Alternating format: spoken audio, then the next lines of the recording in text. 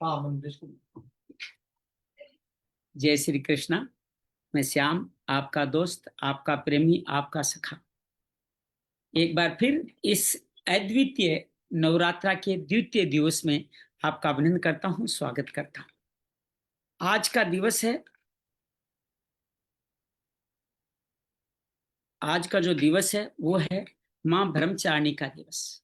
मां ब्रह्मचारिणी बहुत अद्भुत दिवस के अंतर्गत हमारा माँ आराधन करती है, हमारे साथ मिलकर के माँ इस तरह का कार्य करती है। माँ हम सबको ब्रह्मचारी बनने की, ब्रह्मचार्य धारण करने की सलाह देती है। कल हमने देखा साधक संजीवनी में भगवान ने कहा धर्मा आरूढ़ो काम है, मैं धर्म पे आधारित काम में मैं स्थित हूँ। अर्थात आप अगर ब्रह्मचर्य धारण करते हो, संतान उत्पत्ति के लिए संसर्ग करते हैं, तो उसमें मैं स्थित हूँ। भगवान इस तरह संकेत देते हैं कि आप गृहस्थ जीवन में भी ब्रह्मचारी का जीवन जी सकते हैं। तो आइए हम लोग आज के हमारे इस कथानक को आगे बढ़ाते हैं। और आज के कथानक में अब तक हम लोग गीता साधक संजीवनी स्वाध्याय के 103वें प्रसंग में प्रथम, द्वितीय, तृतीय, चतुर्थ, पंचम, षष्ठम अध्याय संपूर्ण करते हुए हम लोग सप्तम अध्याय के भी 16 श्लोक तक हम लोग पहुंच चुके हैं। आज हम उससे आगे की बात आगे बढ़ाने वाले हैं।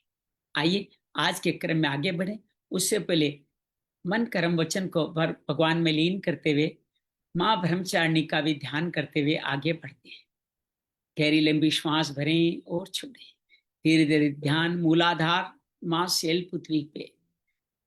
रिंग कलिंग चामुंडाई विचे। धीरे धीरे ध्यान ले आए स्वादिष्टान चक्र माँ ब्रह्मचारिणी के स्थान पे। एम रिंग कलिंग चामुंडाई विचे। आगे बढ़ते जाएं। नमो भगवते वासुदेवाय। नमो भगवते वासुदेवाय। नमो भगवते वासुदेवाय। नमो भगवते वासुदेवाय। नमो भगवते वासुदेवाय। वसुदेव सुतं देवं कंस चाणूरमर्दनम देवकी परमानंदम कृष्ण वंदे जगद्गुरुम। श्री कृष्ण वंदे जगद्गुरुम। या देवी सर्वभूतेषु ब्रह्मचारिणी रूपेण संस्थिता नमस्तस्यै नमस्तस्यै नमस्तस्यै नमो नमः। या देवी सर्वभूतेषु श्रीमद् भगवत गीता रूपेण संस्थिता नमस्तस्यै नमस्तस्यै नमस्तस्यै नमो नमः।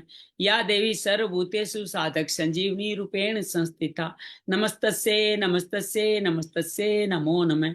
गुरुर्ब्रह्मा गुरुर्विष्णु गुरुर्देवो महेश्वरा गुरु साक्षात् परम ब्रह्म तस्मै श्री गुरुवे नमः। गजाननं भूत गणादि सेवितं कपित जम्बू फल चारु भक्षणं उमासुतं शोक विनाशकारकं नमामि विघ्नेश्वराय पाद पंकजं। नमामि विघ्नेश्वराय पाद पंकजं। तुमेव माता च पिता त्वमेव, तुमेव बंधु च सखा त्वमेव, तुमेव विद्या द्रविणं त्वमेव, तुमेव सर्वं मम देव देव, तुमेव सर्वं मम देव देव। शांति शांति शांति। आप सबका बहुत सारा अभिनंदन करते हैं। आप सबके साथ मिलकर के हम सब लोग आज के हमारे इस प्रसंग में आगे बढ़े। उससे पहले हम आइए पुराने संदर्भ को एक बार स्मरण कर लेते हैं। प्रथम अध्याय अर्जुन विषाद योग। अर्जुन विषाद में आता है। क्यों आता है? मोह में पड़ जाता है। स्वधर्म क्षत्रिय धर्म से विचलित होकर के युद्ध न करने का निर्णय लेता है, जो उसके जीवन का एक बड़ा भारी निर्णय बन जाता है। दूसरे अध्याय में अर्जुन भगवान से प्रार्थना करता है कि मैं आपके शरण में हूं, कृपया मुझे उचित मार्ग बताएं। भगवान सांख्य योग कर्म योग के रूप में दो मार्ग बताते हैं और कहते हैं सुख दुख हानि लाभ को ध्यान में न रखते हो तुम युद्ध करो। समाधि स्थित प्रज्ञ होकर के तुम संतुष्ट कामना से मुक्त समुद्र की शांति स्थित हो जाओ। कामना मत पूछो और इनमें न फंस के नीचे मत गिरो। तीसरे अध्याय में पूछता है अपना अर्जुन पूछता है कि हे भगवान, मेरे लिए उचित मार्ग क्या है? आपने तो दो मार्ग बता दिए। भगवान कहते हैं कि दो मार्ग मैंने ज्ञान योग के लिए ज्ञान योग, कर्म योग के लिए कर्म योग का मार्ग मैंने बताया है। भगवान कहते हैं कोई भी कर्म का आरंभ करे बिना, कोई भी कर्म का आरंभ करे बिना मुक्ति को नहीं पा सकता। अर्थात कर्मों का त्याग से किसी को भी मुक्ति नहीं मिलने। भगवान इसके साथ में कहते हैं कि आप दुर्गुणों के वश में होकर के आपको हर वक्त कार्य करना ही पड़ेगा, कर्म करना ही। मिथ्याचार अर्थात आप इंद्रियों से तो आप हठपूर्वक अपना, जैसे आप उपवास इंद्रियों को संयमित रख के करते हो, लेकिन मन से उन विषयों का आचरण करते हो। जैसे आपने उपवास तो कर लिया, लेकिन मन ही मन आपको लगता है ये उपवास कब खत्म होगा, ये 8 दिन कब पूरे होंगे, कल सुबह कब आएगा, ये खाने का समय कब आएगा, मुझे फल कब मिलेगा। जो भी जिस तरह का उपवास कर रहे हो, अगर आप उसकी आप उपवास करके भगवान के पास उपस्थित होकर उनकी भावना करते हैं तो भगवान को पाते हैं। और आप भगवान के पास उपवास करते हुए आप धारणा भोजन की करते हैं तो आपका उपवास कहीं ना कहीं अधूरा या खंडित हो जाता है। तो आपसे अनुरोध करता हूं मिथ्याचार नहीं करें, मन से भी विषयों का आचरण नहीं करें। तभी भगवान गीता में कहते हैं, तभी आप मेरे साथ मिलकर के कार्य कर पाओगे। तीसरे अध्याय को इसी को भगवान आगे बढ़ाते कहते हैं कि तुम नियत कर्म करो, पुण्य कर्म करो, कार्यम कर्म करो, यज्ञ करो, सेवा कार्य करो, स्वधर्म करो, ये सब कल्याणकारी है। बाकी सारे बंधन हमें कर्म में फंसाने वाले। भगवान कहते हैं ब्रह्मा के माध्यम से मैंने तुम्हें रचा, सेवा करने के रचा, साधन दिए, और साधनों से तुम दूसरे को उन्नत करते हो, स्वयं उन्नत हो जाओ। ऐसा नहीं करोगे, साधन को अपने लिए यूज करोगे तो तुम पापी कहलाओगे, चोर कहलाओगे। भगवान कहते हैं तुम्हारे जन्म अन्न से अन्न, जल से जल, वर्षा से वर्षा, यज्ञ से ही संपन्न होती है। उसी में मैं और ब्रह्म दोनों स्थित है। भगवान कहते हैं जो इस तरह यज्ञ को प्रतिष्ठित करते हैं वो मुझको मिलते रहते हैं, और जो ऐसा नहीं करते वो अघायु व्यर्थ जीवन जीते हैं। और जो ऐसा करते हैं आत्मरत होकर के उनको कोई कार्य करना बाकी नहीं रहता, फिर भी वो लोगों को जनक आदि की तरह लोगों को मार्गदर्शन देने के लिए सेवा कार्य करते हैं, और वो जैसा आचरण करते हैं वैसा ही प्रमाण देते हैं। भगवान कहते हैं मुझे भी कोई कार्य करना बाकी नहीं है, फिर भी मैं ये कार्य करता रहता हूँ। अर्थात मुझे कोई कार्य, फिर भी मैं सावधान होकर के सेवा कार्य करता हूँ ताकि लोग वर्ण संकर होकर के लोग इसमें न फंसे। कहते जिनकी बुद्धि में भेद नहीं होता, जो कर्म एकर्ता भाव से होते हैं, जो कर्ता भाव से कर्म करते हैं उनको भी उत्साहित करके अपने साथ लेके जाएं। जिनकी प्रकृति के अधीन होकर के वो कर्ता भाव में इंद्रियों के आसक्त होकर कार्य करते हैं। भगवान कहते हैं जो इंद्रियों से विमुख होकर के ज्ञानी गुणा गुणेश वर्तनता करते हैं वो दूसरे लोगों को भी विचलित न करें, मंद बुद्धि का मार्गदर्शन करें। भगवान भी अपना मत बताते हैं कि आप विवेकशील होकर के मेरे समर्पित होकर के बिना किसी आशा के, बिना किसी ममता के, बिना किसी अहंकार के, बिना किसी दुख के, दोष दृष्टि न रखते हुए श्रद्धा से मेरा अध्ययन करें, मेरा भजन करें, मुझ में स्थित हो जाए। और ऐसा करते हो तो तुम आगे बढ़ोगे, ऐसा नहीं करोगे तो नष्ट हो जाओगे। भगवान बार कहते हैं कि ऐसा नष्ट होने के लिए आप इंद्रियों के अधीन होकर राग द्वेष में आधीत हो जाओगे, मेरे पंथ से गिर जाओगे। स्वधर्म अर्थात सेवा कार्य करने में मरना भी कल्याणकारी है, भोगों में जीना भी भयावह है। अर्जुन कहता है लोग ऐसा क्यों करते हैं? भगवान कहते हैं कामना के कारण। कामना से क्रोध बढ़ता है, क्रोध उन रजोगुण के कारण होता है, उनकी लेता है। और भगवान ये कहते हैं कि इसलिए ये महापापी है, महावेरी है, इसको तुम मार डालो। क्योंकि शरीर से इंद्रियां सशक्त, इंद्रियां से मन, मन से बुद्धि, और बुद्धि जब कामना में चल जाती पूरा उल्टा राग द्वेष में स्थित हो जाता है, इसलिए महापापी को मार डालो।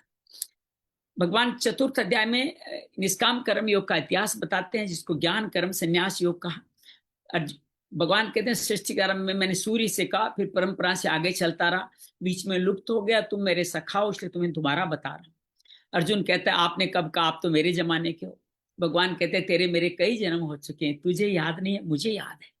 और भगवान ये कहते हैं कि मैं अवयव अविनाशी अजन्मा, प्रकृति को अपने अधीन करके योग, प्रकृति को अपने अध्ययन योग माया के माध्यम से मैं अपने आप को धर्म की रक्षा करने के लिए, अधर्म का नाश करने के लिए, भक्तों का कल्याण करने के लिए, अधर्मियों का विनाश करने के लिए बार बार जन्म लेता हूं। मेरे जन्म कर्म दिव्य है, जो ये जान लेता है वो उसका कल्याण हो जाता है। वो वीतराग भय से क्रोध होकर मुझ पर आश्रित होकर के मुझे ही भसता है, और बाकी लोग कामनाओं की सिद्धि के लिए और कामना भोग प्राप्त करने के लिए देवताओं को बसते हैं, और वो कभी भी इस जन्म में, कभी इस मनुष्य लोक में सिद्ध नहीं हो सकते। चातुर्वर्ण्यम मया सृष्टम, मैंने चारों वर्ण रचे, किस लिए रचे? इस रचे हैं, फिर भी मैं करता नहीं, मैं बंधन में नहीं लिपटा, मैं इसके फल में भी नहीं बंधता। इसलिए सब मुमुक्षु जानते हैं, तुम भी जान लो और युद्ध करो। भगवान इस बात को बार बार कहने का प्रयास कर। भगवान ये कहते हैं कर्म क्या है, अकर्म क्या है, विक्रम क्या है, इसको जानना चाहिए। जान लेता हो पंडित है, नहीं जानने वाला मोहित होकर के कर्म करता है, जो कर्ता भाव के कर्म। अकर्ता भाव से बिना फल आसक्ति के कर्म करना ही अकर्म है। कर्म में अकर्म को देखें, अकर्म में कर्म को देखें, विक्रम कभी न करें, निषिद्ध कर्म को न करें। इस तरह से जो कर्म फल के संग से हट करके नित्य तृप्त रहते हैं, जो काम संकल्प को वर्जित करके, जिनको कोई कार्य करना या न करना आवश्यक नहीं है, वो ज्ञान अग्नि द्वारा अपने कार्य को आगे बढ़ाते हुए, सब कामों को त्यागते हुए निराशित चित्तात्मा संतुष्ट रहते हुए मुझको बसते हैं, द्वंद्वातीत होते हैं, विमत्सर होते हैं, सिद्धि सिद्धि को नहीं पाते हैं। वो ज्ञान में स्थित होते हुए यज्ञ आदि कर्म अर्थात सेवा कार्य करते रहते हैं। यज्ञ 12 तरह से बताएं। ब्रह्म यज्ञ, भगवत दर्पण यज्ञ, इंद्रियों का हवन, विषयों का हवन, कुंभक लगाते हुए समाधि में जाना, आत्म संयम योगाग्नि के द्वारा अपने आप को प्रकाशित करना, दर्व यज्ञ, तप यज्ञ, योग यज्ञ, स्वाध्याय यज्ञ, ज्ञान यज्ञ, से तीक्ष्ण वर्त, प्राण में अपान खावन, अपान में प्राण खावन, स्तंभ वर्ती, नियताहार रखते हुए, अनेक वेदों में कहे निष्काम यज्ञ करते हैं और मुझको पाते हैं। लेकिन इन सभी यज्ञों से ज्ञान यज्ञ श्रेष्ठ है। अगर तुम ज्ञान यज्ञ ही करना चाहते हो तो तुम तत्वदर्शी महात्मा की शरण में जाओ। भगवान कहते हैं मेरी सुनेगा नहीं, उनकी शरण में जाओ, उनको श्रद्धा से नमन करके प्रार्थना से सवाल पूछो, वो तुम्हें जो ज्ञान देंगे तुम्हारा उससे कल्याण हो जाएगा, मोह वाली बुद्धि हट जाएगी और तुम पूरा तुम्हारा युद्ध करने आ जाओगे। भगवान कहते हैं इस तरह से तुम अपने कर्मों को भी अर्जुन जला दोगे, जो तुम्हारे प्रारब्ध को सहना सीख जाओगे, संचित और क्रियमाण कर्म जलाओगे। लेकिन भगवान फिर कहते हैं जो कर्म योगी है वो विशेष होते हैं और वो श्रद्धा से संयतेंद्रिय होकर के श्रद्धा प्राण होकर कार्य करते हैं और शांति। भगवान कहते हैं अश्रद्धा, असंशय, विवेकहीनता वाला व्यक्ति कभी भी सुख नहीं पाता। तुम योग में स्थित हो, इस अधूरे ज्ञान को, जो संशय, उसको काट डालो, कर्ता भाव न रखते हुए, इसमें नए फल में न बनते हुए मुझको पाओ। भगवान कहते हैं ज्ञान रूपी तलवार से ज्ञान रूपी संशय को काटते हुए तुम उठो, खड़े हो, युद्ध करो। पंचम अध्याय में अर्जुन फिर पूछता है संन्यास योग श्रेष्ठ है, कर्म योग श्रेष्ठ है? भगवान कहते हैं दोनों ही मार्ग कल्याणकारी है, लेकिन कर्म योग इसमें श्रेष्ठ है। क्यों श्रेष्ठ है? कर्म योगी सदा सन्यासी, निर्द्वंद और आप मुक्त रहता है, उसको कोई द्वेष भाव या आकांक्षा नहीं होती। लेकिन सांख्य योगी और कर्म योगी एक ही परम फल मुझको पाते हैं। जो ऐसा समझते हैं वो ठीक समझते हैं, लेकिन सांख्य योग ज्ञान योग में दुख पड़े हैं, दुख बहुत हैं, और कर्म योगी योग युक्त मुनि की तरह शांति को जल्दी प्राप्त होता है।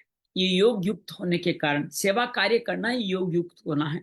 विशुद्ध आत्मा बन के आत्मा को जीत लेता है, जितात्मन हो जाता है, इंद्रियों को जीत करके सर्वभूतों में मुझको ही देखते हुए कामों में नहीं बंधता।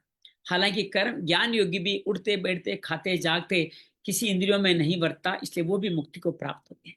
लेकिन भगवान कहते हैं कि फल में आसक्ति नहीं होने के कारण पाप पुण्य नहीं बनते। जैसे कमल के पत्ते पानी नहीं टिकता, कर्मयोगी जल्दी मुक्ति को पाते। काया मन बुद्धि को मुझ में लगाते हुए उनको कोई काम करना बाकी नहीं रहता, अपने आप को शुद्ध कर लेते हैं।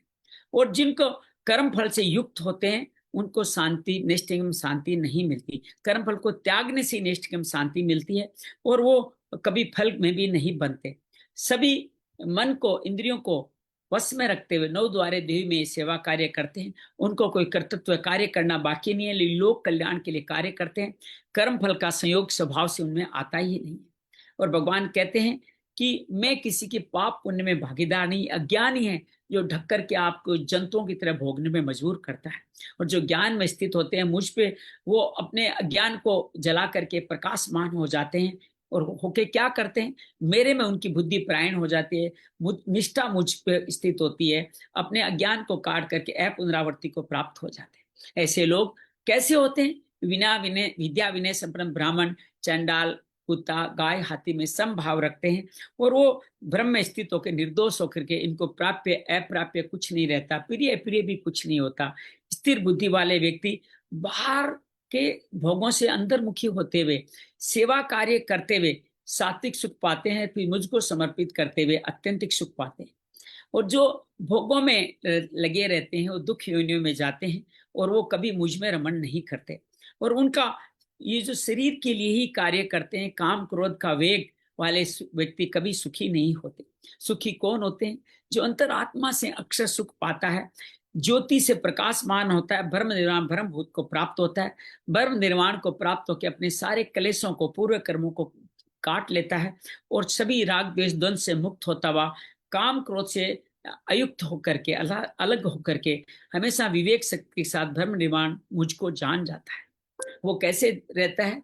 बाहर से अंदर आते हुए, नासिका के भ्रूमों में प्राण अपान को सम करते हुए, अर्धनमूलित आंखों से इंद्रियों को अंतर्मुखी करते हुए, वो मुझको मन बुद्धि चित्त अहंकार को शांत करके मुझ में प्राण हो जाता है। वो फिर मेरा भक्त बन करके इसी तरह यज्ञ तप करता रहता है। छठा अध्याय, षष्ठो अध्याय, भगवान इसका नाम दिया है आत्म संयम योग, जिसको आप मुख्य रूप से ये कह सकते हो कि यह अध्याय योगियों के लिए है। भगवान पहले श्लोक से कहना शुरू कर देते हैं, कर्म फल का आश्रय न लेकर जो कार्य करता हुए कर्म करता है वही सन्यासी योग है। अग्नि का त्याग या किसी कर्मों का त्याग करने वाला कभी भी योगारूढ़ अर्थात योगी नहीं कहलाता। भगवान कहते हैं योग सन्यास उसी को समझो, योग उसी को समझो जो संकल्पों का त्याग कर देता है, अर्थात कामनाओं को, भोगों का त्याग करता है। उसके बिना कोई भी मनुष्य योगी नहीं बन पाता। भगवान कहते हैं जो योग में आरूढ़ होना चाहता है, यम नियम की बात दोबारा कहते हैं, ऐसे मुनि योगी के लिए कर्तव्य कर्म ही कारण कहा जाता है। योगारूढ़ मनुष्य के लिए शांति अति सुलभ है, उनको शांति जल्दी प्राप्त हो जाता है, और ये व्यक्ति इंद्रियों के भोगों में और कर्मों में आसक्त नहीं होता। वो उस वक्त संपूर्ण सर्पों का त्यागी योगारूढ़ कहलाता। दो शर्तें हैं, इंद्रियों के भोगों और कर्मों के फल में आसक्ति नहीं होने वाला ही योगी कहलाता है। तो ऐसा करके क्या करें? आप अपना उद्धार करें, अर्थात सेवा कार्य करें, अपना पतन न करें। आप जब भोगों में लगते हैं तो आप ही अपने शत्रु कहलाते हैं। भगवान कहते हैं चित्तात्मन है, अपने आप को जीत लें, अर्थात जब आप सेवा कार्य करेंगे, भोगों में नहीं आएंगे तो अपने आप को जीत लेंगे, आप ही अपने बंधु हो जाएंगे, आप आत्मा को ऊर्ध्वगामी करेंगे। और जब भोगों में जाएंगे तो आप अपने आप को अनात्मा कहलाएंगे, शत्रुता में शत्रु की तरह आप बर्ताव करने वाले हो जाएंगे। तो भगवान इस तरह की बात ये बार बार करते हैं। भगवान इसी बात को आगे कहते हैं, ऐसे जितात्मन आदमी प्रशांत वाली परमात्मा में ही अपने आप को देखते हुए सुख दुख हानि लाभ अनुकूल प्रतिकूल परिस्थिति में समभाव रखते हैं। ये निराकार व्यक्ति जो कुटस्थ होकर के, निर्विकार होकर, ज्ञान विज्ञान से तृप्त आदमी, जितेंद्रिय होके, मिट्टी हो, पत्थर हो, लोहा हो, सोना हो, उनमें समभाव रखते हैं। इतना ही नहीं, अलग अलग व्यक्ति जिसमें आपका प्रेमी है, मित्र है, मध्यस्थ है, उदासीन है, द्वेष भाव रखने वाला है, संबंधी है, पापी है या साधु है, इन सब में भी आप समभाव रखते हैं। वेरी में भी आप समभाव रख पाते हैं। इस तरह भगवान ये 9 तरह के लोगों में समभाव रखने वाले को ही योगी कहते हैं। और भगवान कहते हैं योग कैसे करें? यम नियम का पालन करते हैं। अपरिग्रह, देखो ये नवरात्रा हमें अपरिग्रह से तो दूर करता है। भोग बुद्धि से संग्रह न करके इच्छा रहित अंतःकरण शरीर को वश में रखने वाला योगी एकांत में बैठ करके मन को परमात्मा में लगाए। और जब मन को परमात्मा में लगाए तो कहाँ लगाए? अपनी भूमि को पवित्र कर लें, थोड़ा ऊपर बैठें, और आप 3 तरह के आसन लगाएं। पहले कुसा, उस पे कंबल, और उसके अब सूती वस्त्र लगा करके आप 10 दिशाओं में न देखते हुए आप मन चित्त को इंद्रियों को एकाग्र रखते हुए अंतःकरण की योग के लिए अर्धनमूलित आंखों से पूरे शरीर को स्थिर रखते हुए आसन को जीतते हुए बैठे, स्थिरम सुखम आसन में बैठे। और इस तरह आपका अंतःकरण धीरे धीरे शांत हो जाएगा, क्योंकि वर्तमान में आ जाएंगे। श्वासों पर ध्यान रखने से आप इंद्रियों को अंतर्मुखी करने से ब्रह्मचारी में स्थित हो जाएंगे। सावधान ध्यान योगी मन को संयमित करते हुए चित्त को, अर्थात अपने विकसित चित्त को एकाग्र करने के लिए मेरे प्राण होकर बैठ जाए। धीरे धीरे चित्त आपका वश में हो जाएगा, मन वश में हो जाएगा, और मुझ में हमेशा लगाते हुए आप चित्त को निरुद्ध करके निर्वाण परमा शांति को आप प्राप्त कर जाएंगे। भगवान बार बार कहते हैं योग न ज्यादा खाने वाले का, न कम खाने वाले का, न सोने वाले का, न बिल्कुल न सोने वाले का सिद्ध होता है। ये दुखों को नाश करने वाला योग है। ये किसका सिद्ध होता है? युक्ताहार व्यारस से। आप सात्विक भोजन करें, सूर्य की उपस्थिति में करें, और वो भोजन भी सुकर्मों से, सात्विक कर्मों से कमाई का हो, आपका संग दोष नहीं हो, अर्थात आहार विहार भी सम हो, और सेवा कार्य करते हुए हमेशा जागृत रहें। भोगों में न जाना ही जागृत रहना। 6 घंटे की 4 उन्होंने दिनचर्या बताई। भगवान कहते हैं ऐसे वश में किए हुआ जिस काल में अपने स्वरूप में स्थित हो जाता है, फिर समस्त जगत से, समस्त पदार्थों से निष्परा, अर्थात उनमें राग नहीं बचता। और वो स्पंदन रहित वायु के में जैसे दीपक ऊपर की लो ऊपर जाती है, उसी तरह वो अभ्यास में किए हुए चित्त वाला योगी के चित्त की उपमा भी वैसी ही हो जाती है। भगवान बार बार कहते हैं योग का सेवन करते करते आपका चित्त निरुद्ध अर्थात चित्त ही संपूर्ण हो जाएगा। तब आप अपने आप में अपने आप को देखता, अपने आप में ही संतुष्ट हो जाओगे। चित्त नहीं है फिर भी आप संतुष्ट हो जाओगे, क्योंकि आप जब ईश्वर के स्तर पे, स्तर के पराभक्ति में लग जाओगे तो आप अत्यंत सुख मिलेगा जो इंद्रियों और बुद्धि से नहीं समझा जा सकता। और इस सुख में आप स्थित होकर के फिर कभी विचलित नहीं होगे, फिर आप मुझ परम पद को ही प्राप्त हो जाओगे। फिर आपको अधिक से अधिक लाभ मिले या ज्यादा हानि हो जाए, आपके जीवन में कोई समस्या नहीं। दुखों के संयोग का वियोग हो जाएगा। अनिर्विण चेष्टा, बिना उकताए हुए ये ध्यान योग का निश्चय पूर्वक आप अभ्यास करने लग जाएंगे। और अभ्यास करते करते अभ्यास करते करते सभी संकल्प वाली कामनाओं का त्याग करके मन से इंद्रियों को सब जोर से हटा लेते हैं, और हटा के धीरे धीरे धैर्य से आप उपराम होते, धीरे धीरे स्नेह स्नेह होगा परमात्मा में स्थापित हो जाते हैं। फिर उसके अलावा, भगवान के अलावा कोई और दूसरा चिंतन न करें। भगवान इस बारे में ये बताना चाहते हैं। भगवान कहते हैं ऐसा चिंतन करते समय आपका मन अगर विचलित हो जाता है, जहां जहां मन जा रहा है वहां से हटा करके मुझ में लगा दे। भगवान स्वाहा आदि 8 विधियां बताते हैं जिनके द्वारा आप अपने मन को वापस ले आ सकते हैं। तो भगवान कहते हैं इस तरह से आपके पाप नष्ट हो जाएंगे, जिसको अकलमसम अर्थात तमस शांत, शांत रसम रजोगुण शांत, सत्व भी शांत हो जाएगा, मन भी प्रशांत हो जाएगा, निर्मल हो जाएगा। इस योगी को निश्चित रूप से उत्तम सुख प्राप्त होता है।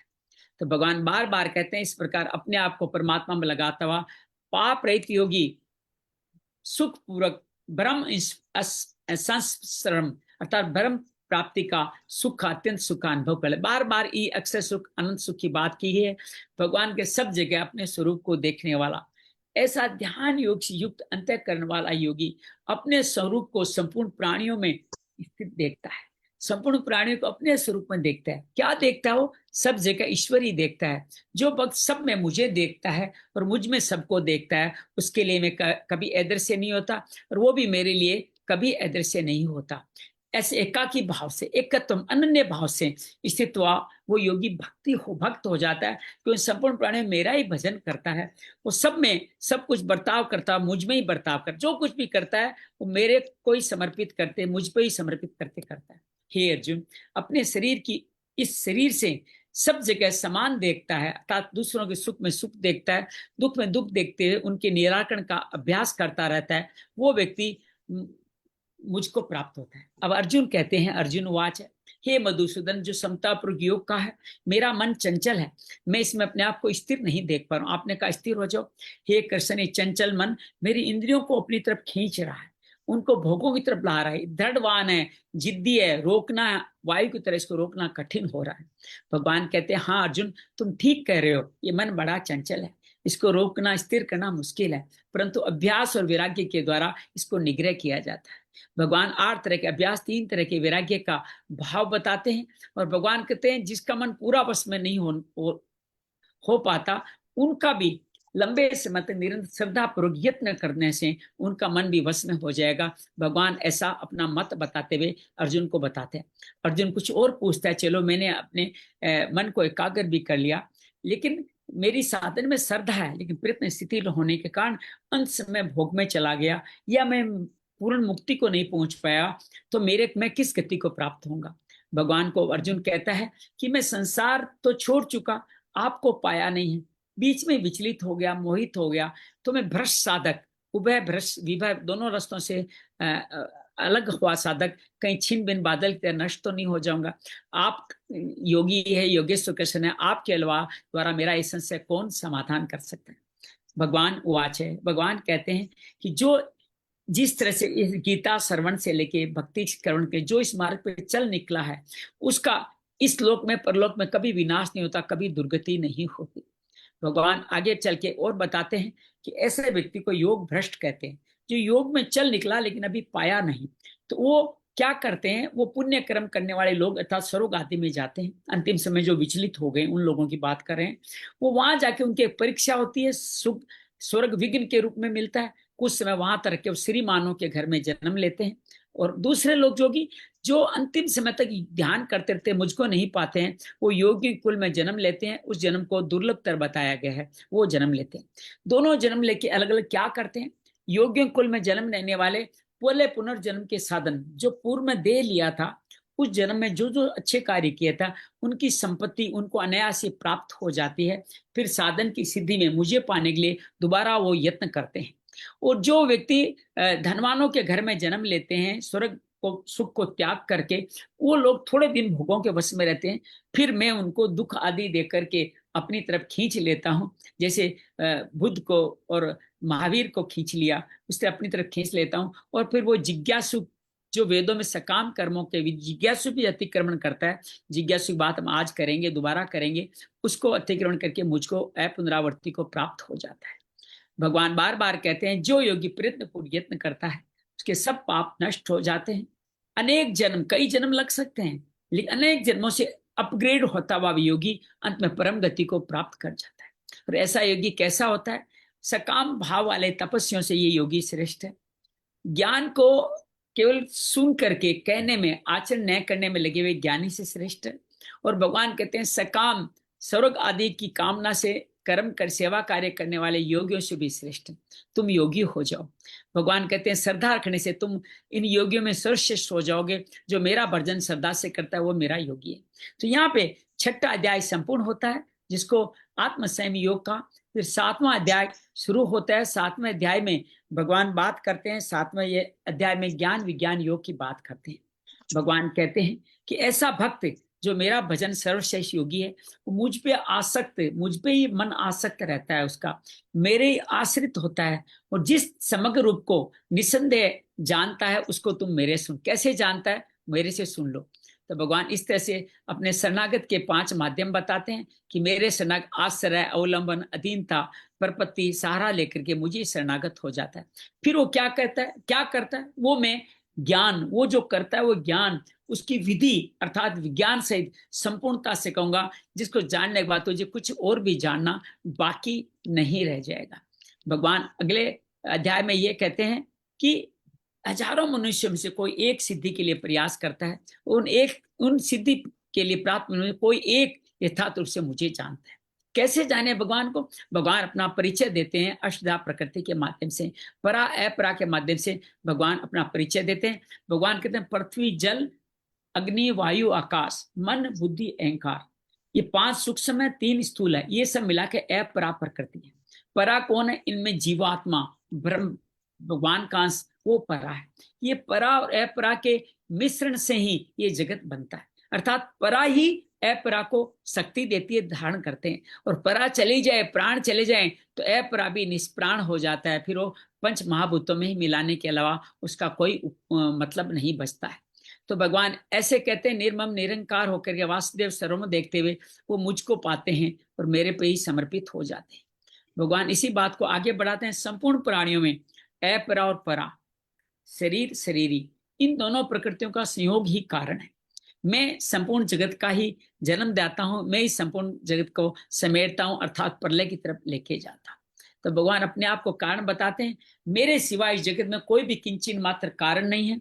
सूत के धागे में जैसे गांठे भी सूत की लगा दी जाए, तो मणियां हम है, सूत का धागा भगवान है, ये परा है और मणियां अपरा है। ये सब में संपूर्ण जगत मेरे में ही ओत प्रोत होकर के ही कार्य करता है। आइए 8वें श्लोक से हम इसका पाठन चालू करते हैं। निश्चय से अनुरोध करूंगा 8वें श्लोक से आप इसको पढ़ना शुरू करें। जय श्री कृष्ण। जय श्री कृष्ण। रसो हम सुकौन्तेय प्रभास्मि शशि सूर्योः प्रणवः सर्ववेदेषु शब्दखे पौरुषन्नृषु पुण्यो गन्धः पृथिव्याहि च तेजश्चास्मि विभावसौ जीवनं सर्वभूतेषु तपश्चास्मि तपस्विषु बीजं मां सर्वभूतानां विद्धि पार्थ सनातनम् बुद्धिर्बुद्धिमतामस्मि तेजस्तेजस्विनामहम् बलं बलवतां चाहं कामरागविवर्जितम् धर्मविरुद्धो भूतेषु कामोऽस्मि भरतर्षभ। भगवान अपनी विभूतियों को बताते हैं कि जल का सार रस में हूं, शशि सूर्य चंद्रमा सूर्य के प्रभा आकाश में हूं, प्रभा मतलब प्रकाश में हूं, संपूर्ण वेदों में पर्णों में हूं, और सभी मनुष्यों में धर्म अर्थ काम नाम मोक्ष नामक पुरुषार्थ भी मैं ही हूं। भगवान इसी को और विस्तार देते हैं। वो कहते हैं कि पृथ्वी में पवित्र गंध में हूं, अग्नि में तेज में हूं, और संपूर्ण प्राणियों में प्राण शक्ति जीवन शक्ति वायु शक्ति में हूं, और तपस्या में तपस्या भी मैं हूं। भगवान इसी को और विस्तार देते हैं। कहते हैं संपूर्ण प्राणियों का अनादि बीज मुझे जान, बुद्धिमानों की बुद्धि में हूं, तेजस्वियों का तेज में हूं। तो सब कुछ भगवान कहते हैं सब कुछ बीज अर्थात मुझ में ही मुझसे ही उत्पन्न होते हैं। भगवान कहते हैं बलवानों का काम राग से हटावा बल में हूं, रहित बल में हूं, और धर्म से अविरुद्ध धर्म से युक्त काम भी मैं ही हूं। तो ये भगवान काम राग बलान्विता की बातें यहाँ पे करते हैं। सरला से निवेदन करेंगे 12वां 13वां श्लोक पढ़े आप। जय श्री कृष्ण। जी। ये चैव सात्विका भावा राजसास्तामसाश्चैव मत्त एवेति तान् विद्धि न त्वहन्तेषु ते मपि त्रिभिर्गुणमयैर्भावैर् सर्वमिदैर्जगत् मोहितन्नाभिजानाति मामेभ्यः परमव्ययम्। अब भगवान यहाँ पे कहते हैं और तो क्या कहूं, जितने भी सात्विक भाव है, तामसिक भाव है, राजस भाव है, सब मुझसे ही होते हैं, ऐसा तुम समझो। लेकिन मैं उनमें नहीं हूं, वे मुझ में नहीं है। अर्थात ये भगवान की माया है जिसके अधीन होकर के हम सारे अपने कर्मों के वशीभूत होके इन कर्म फलों में युक्त होते चले जाते हैं। भगवान ये तीनों गुण मुझसे उत्पन्न होते हैं लेकिन मैं उनमें नहीं हूं। अर्थात अनाज में जो डंठल वगैरह होते हैं वो अनाज के कारण होते हैं लेकिन अनाज उनमें नहीं है। भगवान कहते तीनों गुणों से भावों से मोहित होकर के ये संपूर्ण जगत अतीत अविनाशी मुझे नहीं जानता। हम भगवान को क्यों नहीं जानते? भगवान की जो माया है। एक जगह में गुरुदेव जी वृंदावन में था तो एक मन में भाव आया, मैं जब भी किसी मंदिर में जाता था भगवान को कम देखता था, उनकी माया में फंस जाता था। कैसे फंसता था? कोई वीआईपी आता था और यार ये तो वीआईपी दर्शन करें, हम तो ऐसे ही खड़े। ये भगवान की माया है। वो क्यों आए, किस लिए आए, उनका अपना प्रारब्ध, अपना कर्म, अपना पुण्य का हिसाब किताब है, लेकिन तुम उसमें फंस गए। ये भगवान की माया है। पंडित जी ज्यादा दक्षिणा देने वाले खुश होते हैं या दक्षिणा देने के लिए बार बार आग्रह करते हैं, हम उस माया में फंस जाते हैं। ये पंडित ऐसा क्यों करता है, भगवान के पास हो गया ऐसा क्यों करता है? ये भगवान की माया है। भगवान आपको अपना दर्शन देना ही नहीं चाहते जब तक आप इस माया रूपी इन परीक्षाओं को पार कर जाए। जब से हमने वीआईपी पंडित क्या करते हैं, ये करते हैं, उनसे मुक्त होकर भगवान के दर्शन करना चाह, तब लगा भगवान मिल गए। तो भगवान की माया में उलझ करके हम इसको नहीं जानते और भगवान को इस तरह अविनाशी को हम नहीं जान पाते। अंजलि, आप अगर हमारे साथ उपलब्ध हैं तो आप अगले श्लोक आप पढ़ें, 14-15 आप पढ़ें।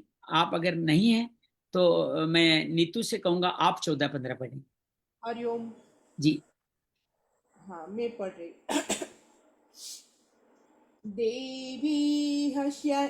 देवी हयेशा गुणमयी मम माया दुरतया मामेव ये प्रपद्यन्ते मायामेतां तरन्ति ते न मामदृशकृतिनो मूढाः प्रपद्यन्ते नराधमाः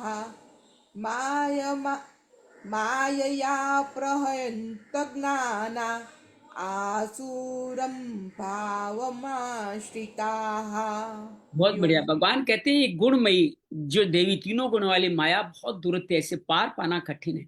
जैसे मैंने कहा उपवास करते समय भी विषयों का आचरण करते हैं, उन भोजन को याद करते हैं, भोजन के समय को याद करते हैं, फलाकार के समय को याद, कब ये उपवास खत्म होगा ये याद करना उपवास का खंडित होना है। आप मन से भी आचरण नहीं करें तभी आप मुक्ति पाएंगे।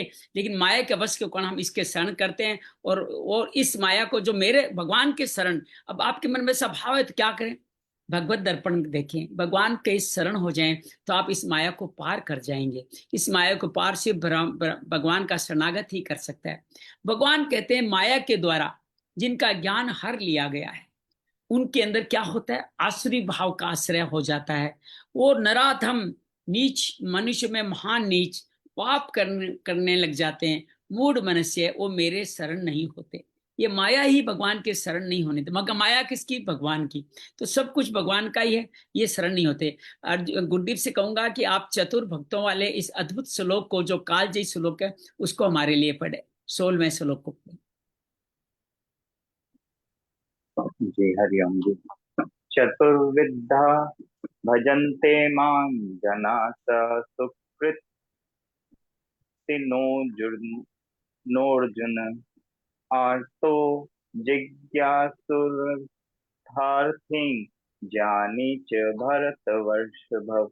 भगवान कहते हैं हे अर्जुन, पवित्र कर्म करने वाले, पहले नाम वो दुष्कृतनों की बात की, नराधम पापी आसुरी भाव मूड कौन से हैं, दुष्कृतन है, जो भगवान की सेवा में शरण नहीं आते।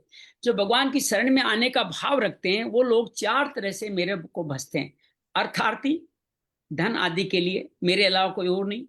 अनुकूल परिस्थितियों में, प्रतिकूल परिस्थितियों में आर्थ, और जो मुझको जानना चाहते हैं वो जिज्ञासु, और जो मेरे प्रेमी हैं। इस तरह 4 प्रकार के भक्त ऐसे भज करके मेरे ही शरण हो जाते हैं। आज भगवान इन्हीं भक्तों की कुछ बातों को आपके सामने और रखेंगे। यही भक्त का उपवास आज भी लगने वाला है। 4 बच्चे याद है ना, एक जो आम को देखते ही मांगता है, दूसरा रोने लग जाता है, तीसरा उसकी तरफ देखता है, चौथा कुछ मस्त रहता है। तो 4 तरह के भक्त, बड़े सुंदर व्याख्या है। एक ध्रुव है, एक उत्तरा है, एक उद्धव है और एक गोपी है। तो 4 तरह के भक्तों के उदाहरण से आप इसको समझने का प्रयास करेंगे तो चारों भक्त हम ही हैं। और परमार्थिक कामों में नहीं लगते। 2 आपके परमार्थिक ले जाते हैं, जिज्ञासु और ज्ञानी। और लौकिक में कौन ले जाते हैं, आर्थ और अर्थार्थी, वो लौकिक कामना करते हैं। लेकिन भगवान कहते हैं चारों अंत में मुझे ही पा जाते हैं। अब भगवान 17वें श्लोक से कहते हैं कैसे विशिष्ट है, कहते हैं तेसाम ज्ञाने नित्य युक्त एक भक्तिर विशिष्यते प्रियो ही ज्ञानितो अत्यर्थम सचमम प्रिय है। उन 4 भक्तों में मुझ में निरंतर लगता हुआ अनन्य भक्ति वाला, मेरे अलावा कोई अन्य भक्ति वाला ज्ञानी, वो कौन होगा, चौथा भक्त होगा, प्रेमी होगा, वो श्रेष्ठ है। क्योंकि ज्ञानी भक्त को मैं प्रिय हूं, वह मुझे अति प्रिय है। भगवान बार बार कहते हैं भक्तों में ज्ञानी श्रेष्ठ है, वो सदा ही भगवान में, मेरे अलावा कोई चिंतन नहीं की। जैसे गोपियां गाय दूधते, दही बिलोते, धान कूटते हुए, सभी लौकिक कार्य करते हुए भगवान के चित्त में लगी रहती थी। धान कूटते, दही मत्ते समय, आंगन लिपते समय, बच्चों को पालने झुलाते समय, रोते हुए बच्चों को लोरी देते समय, तुलसी आदि को जल से सींचते समय, झाड़ू देते समय, सब कर्मों करते प्रेम पूर्ण चित्त से, आंखों में आंसू भर करके, गदगद कर्ण से श्री कृष्ण की दिव्य लीलाओं का गान करती रहती है। वो कृष्ण में चित्रगामी ब्रजवासिनी गोपियां धन्य है। ये थी भक्त प्रेम योगी। भगवान का संबंध रखते सबकी उनकी सब क्रियाएं होती है। एक भक्तिर विशिष्टते, प्रेमी भक्त का आसन केवल भगवान में, तो उसकी इच्छा नहीं होती, इसलिए वो श्रेष्ठ कहलाते हैं। ऐसे चारों भक्त भगवान नित्य निरंतर लगते रहते हैं। वो तीनों भक्तों के भीतर कुछ न कुछ व्यक्तिगत इच्छा रहती है, एक की अनुकूल पाने की, एक प्रतिकूल की, एक जिज्ञासु की। आप जिज्ञासा करके उस प्रेमी बन जाओ, को जरूरी नहीं है। जिज्ञासा करते करते आप गलत रास्तों में भी चले जाते हैं। कई बार हम सर्फिंग करते करते भगवान का भजन ढूंढते हैं, पता नहीं किन अंधी गलियों में चले जाते हैं। ये सुनो जा सकते हैं ना। तो ऐसे जिज्ञासु कहीं भी जा सकता है। तो भगवान कहते हैं कि आर्थ भक्त प्रतिकूलता को मिटाने की जिज्ञासु भगवान को जानने की इच्छा करती है। ज्ञानी अर्थात प्रेमी भक्त में अपनी कोई इच्छा नहीं रहती, अतः वह एक भक्ति है। प्रियो ही ज्ञानी तो अत्यर्थम सहचमम प्रिय, उस ज्ञानी प्रेमी को मैं अत्यंत प्यारा हूं। उसकी अपनी कोई इच्छा नहीं है, केवल मेरे में प्रेम, इसलिए वो मेरे को प्यारा है। भगवान का अंश होने सभी जीव भगवान को प्यारे हैं। भगवान के प्यार में कोई निजी स्वार्थ नहीं है। जिसे माता अपने बच्चों का पालन, भगवान भी पालन करते हैं। परंतु जो मनुष्य किसी कारण से भगवान के सम्मुख हो जाते हैं, भगवान की उससे विशेष प्रियता हो जाती है। देखिए, एक माँ के 4 बेटे हैं, बेटे बाहर रहने लग गए, बाहर रह के अपना कार्यक्रम करते, माँ के पास नहीं रहते। चौथा बेटा माँ के पास रह के माँ की सेवा करता है, तो माँ को ज्यादा प्रिय है। लेकिन ये ऐसा नहीं कि माँ तीनों बेटों को चाहती नहीं है, उनके लिए भी मंगल कामना करती ही रहती है। ये बात ध्यान रखिएगा। जब सर्वथा निष्पाम हो जाता है, लौकिक परलौकिक किसी तरह की इच्छा नहीं रहती, तो स्वतः सिद्ध प्रेम पूर्ण रूप से जागृत हो जाता है। जागृत होने का क्या अर्थ है? प्रेम में किंचन मात्र भी कमी नहीं रहती, प्रेम कभी समाप्त नहीं होता, हर वक्त प्रेम बढ़ता चला जाता है। ऐसे भक्त को भगवान ने ज्ञानी कहा है कि सब कुछ परमात्मा, यही अंतिम ज्ञान है, इसके आगे कुछ नहीं है। ऐसा अनुभव करने वाला प्रेमी भक्त ही वास्तविक ज्ञानी है। भगवान ने मुख्य रूप से भक्त को ज्ञानी ही कहा है। एक भक्ति विशिष्यते, भगवान का अर्थार्थी भक्त अनित्य युक्त, निरंतर भगवान नया लगा हुआ होता है। अर्थार्थी भक्त निरंतर नहीं लगता, जब अर्थ की जरूरत होती है तब लगता है। ऐसे अर्थार्थिक अपेक्षा अर्थ कम अनित्य होता है, अर्थ थोड़ा ज्यादा लगता है, दुख में होता है ना, और जिज्ञासु उससे ज्यादा लगता है। परंतु ज्ञानी हमेशा ही नित्य भगवान में स्थित होती है। तीनों के अलग अलग स्टेजेज है, हम भी 3 स्टेज के माध्यम से ही प्रेमी भक्त बन सकते हैं। प्रियो ज्ञानित्यो अर्थम सहचरमम प्रिय, इस पद का अनुभव है कि वासुदेव सर्वम का अनुभव, भक्त और भगवान दोनों का परस्पर प्रेम ही प्रेम शेष रहता है। इसी को शास्त्रों में वर्तमान बढ़ता हुआ प्रेम अंतरस आदि नामों से कहा गया है। इस श्लोक में भगवान ने भक्त को अत्यंत प्यारा बताया। इसका असर यह पड़ता है कि भगवान ने दूसरे भक्तों को आदर नहीं किया, नहीं, ऐसा नहीं है। दूसरे भक्तों के लिए अब दूसरे श्लोक में कहेंगे, उदारा सर्व एवेते ज्ञानी त्वात्मेव मे मतम आस्थित युक्तात्मा मामेवान उत्तमाम गतिम।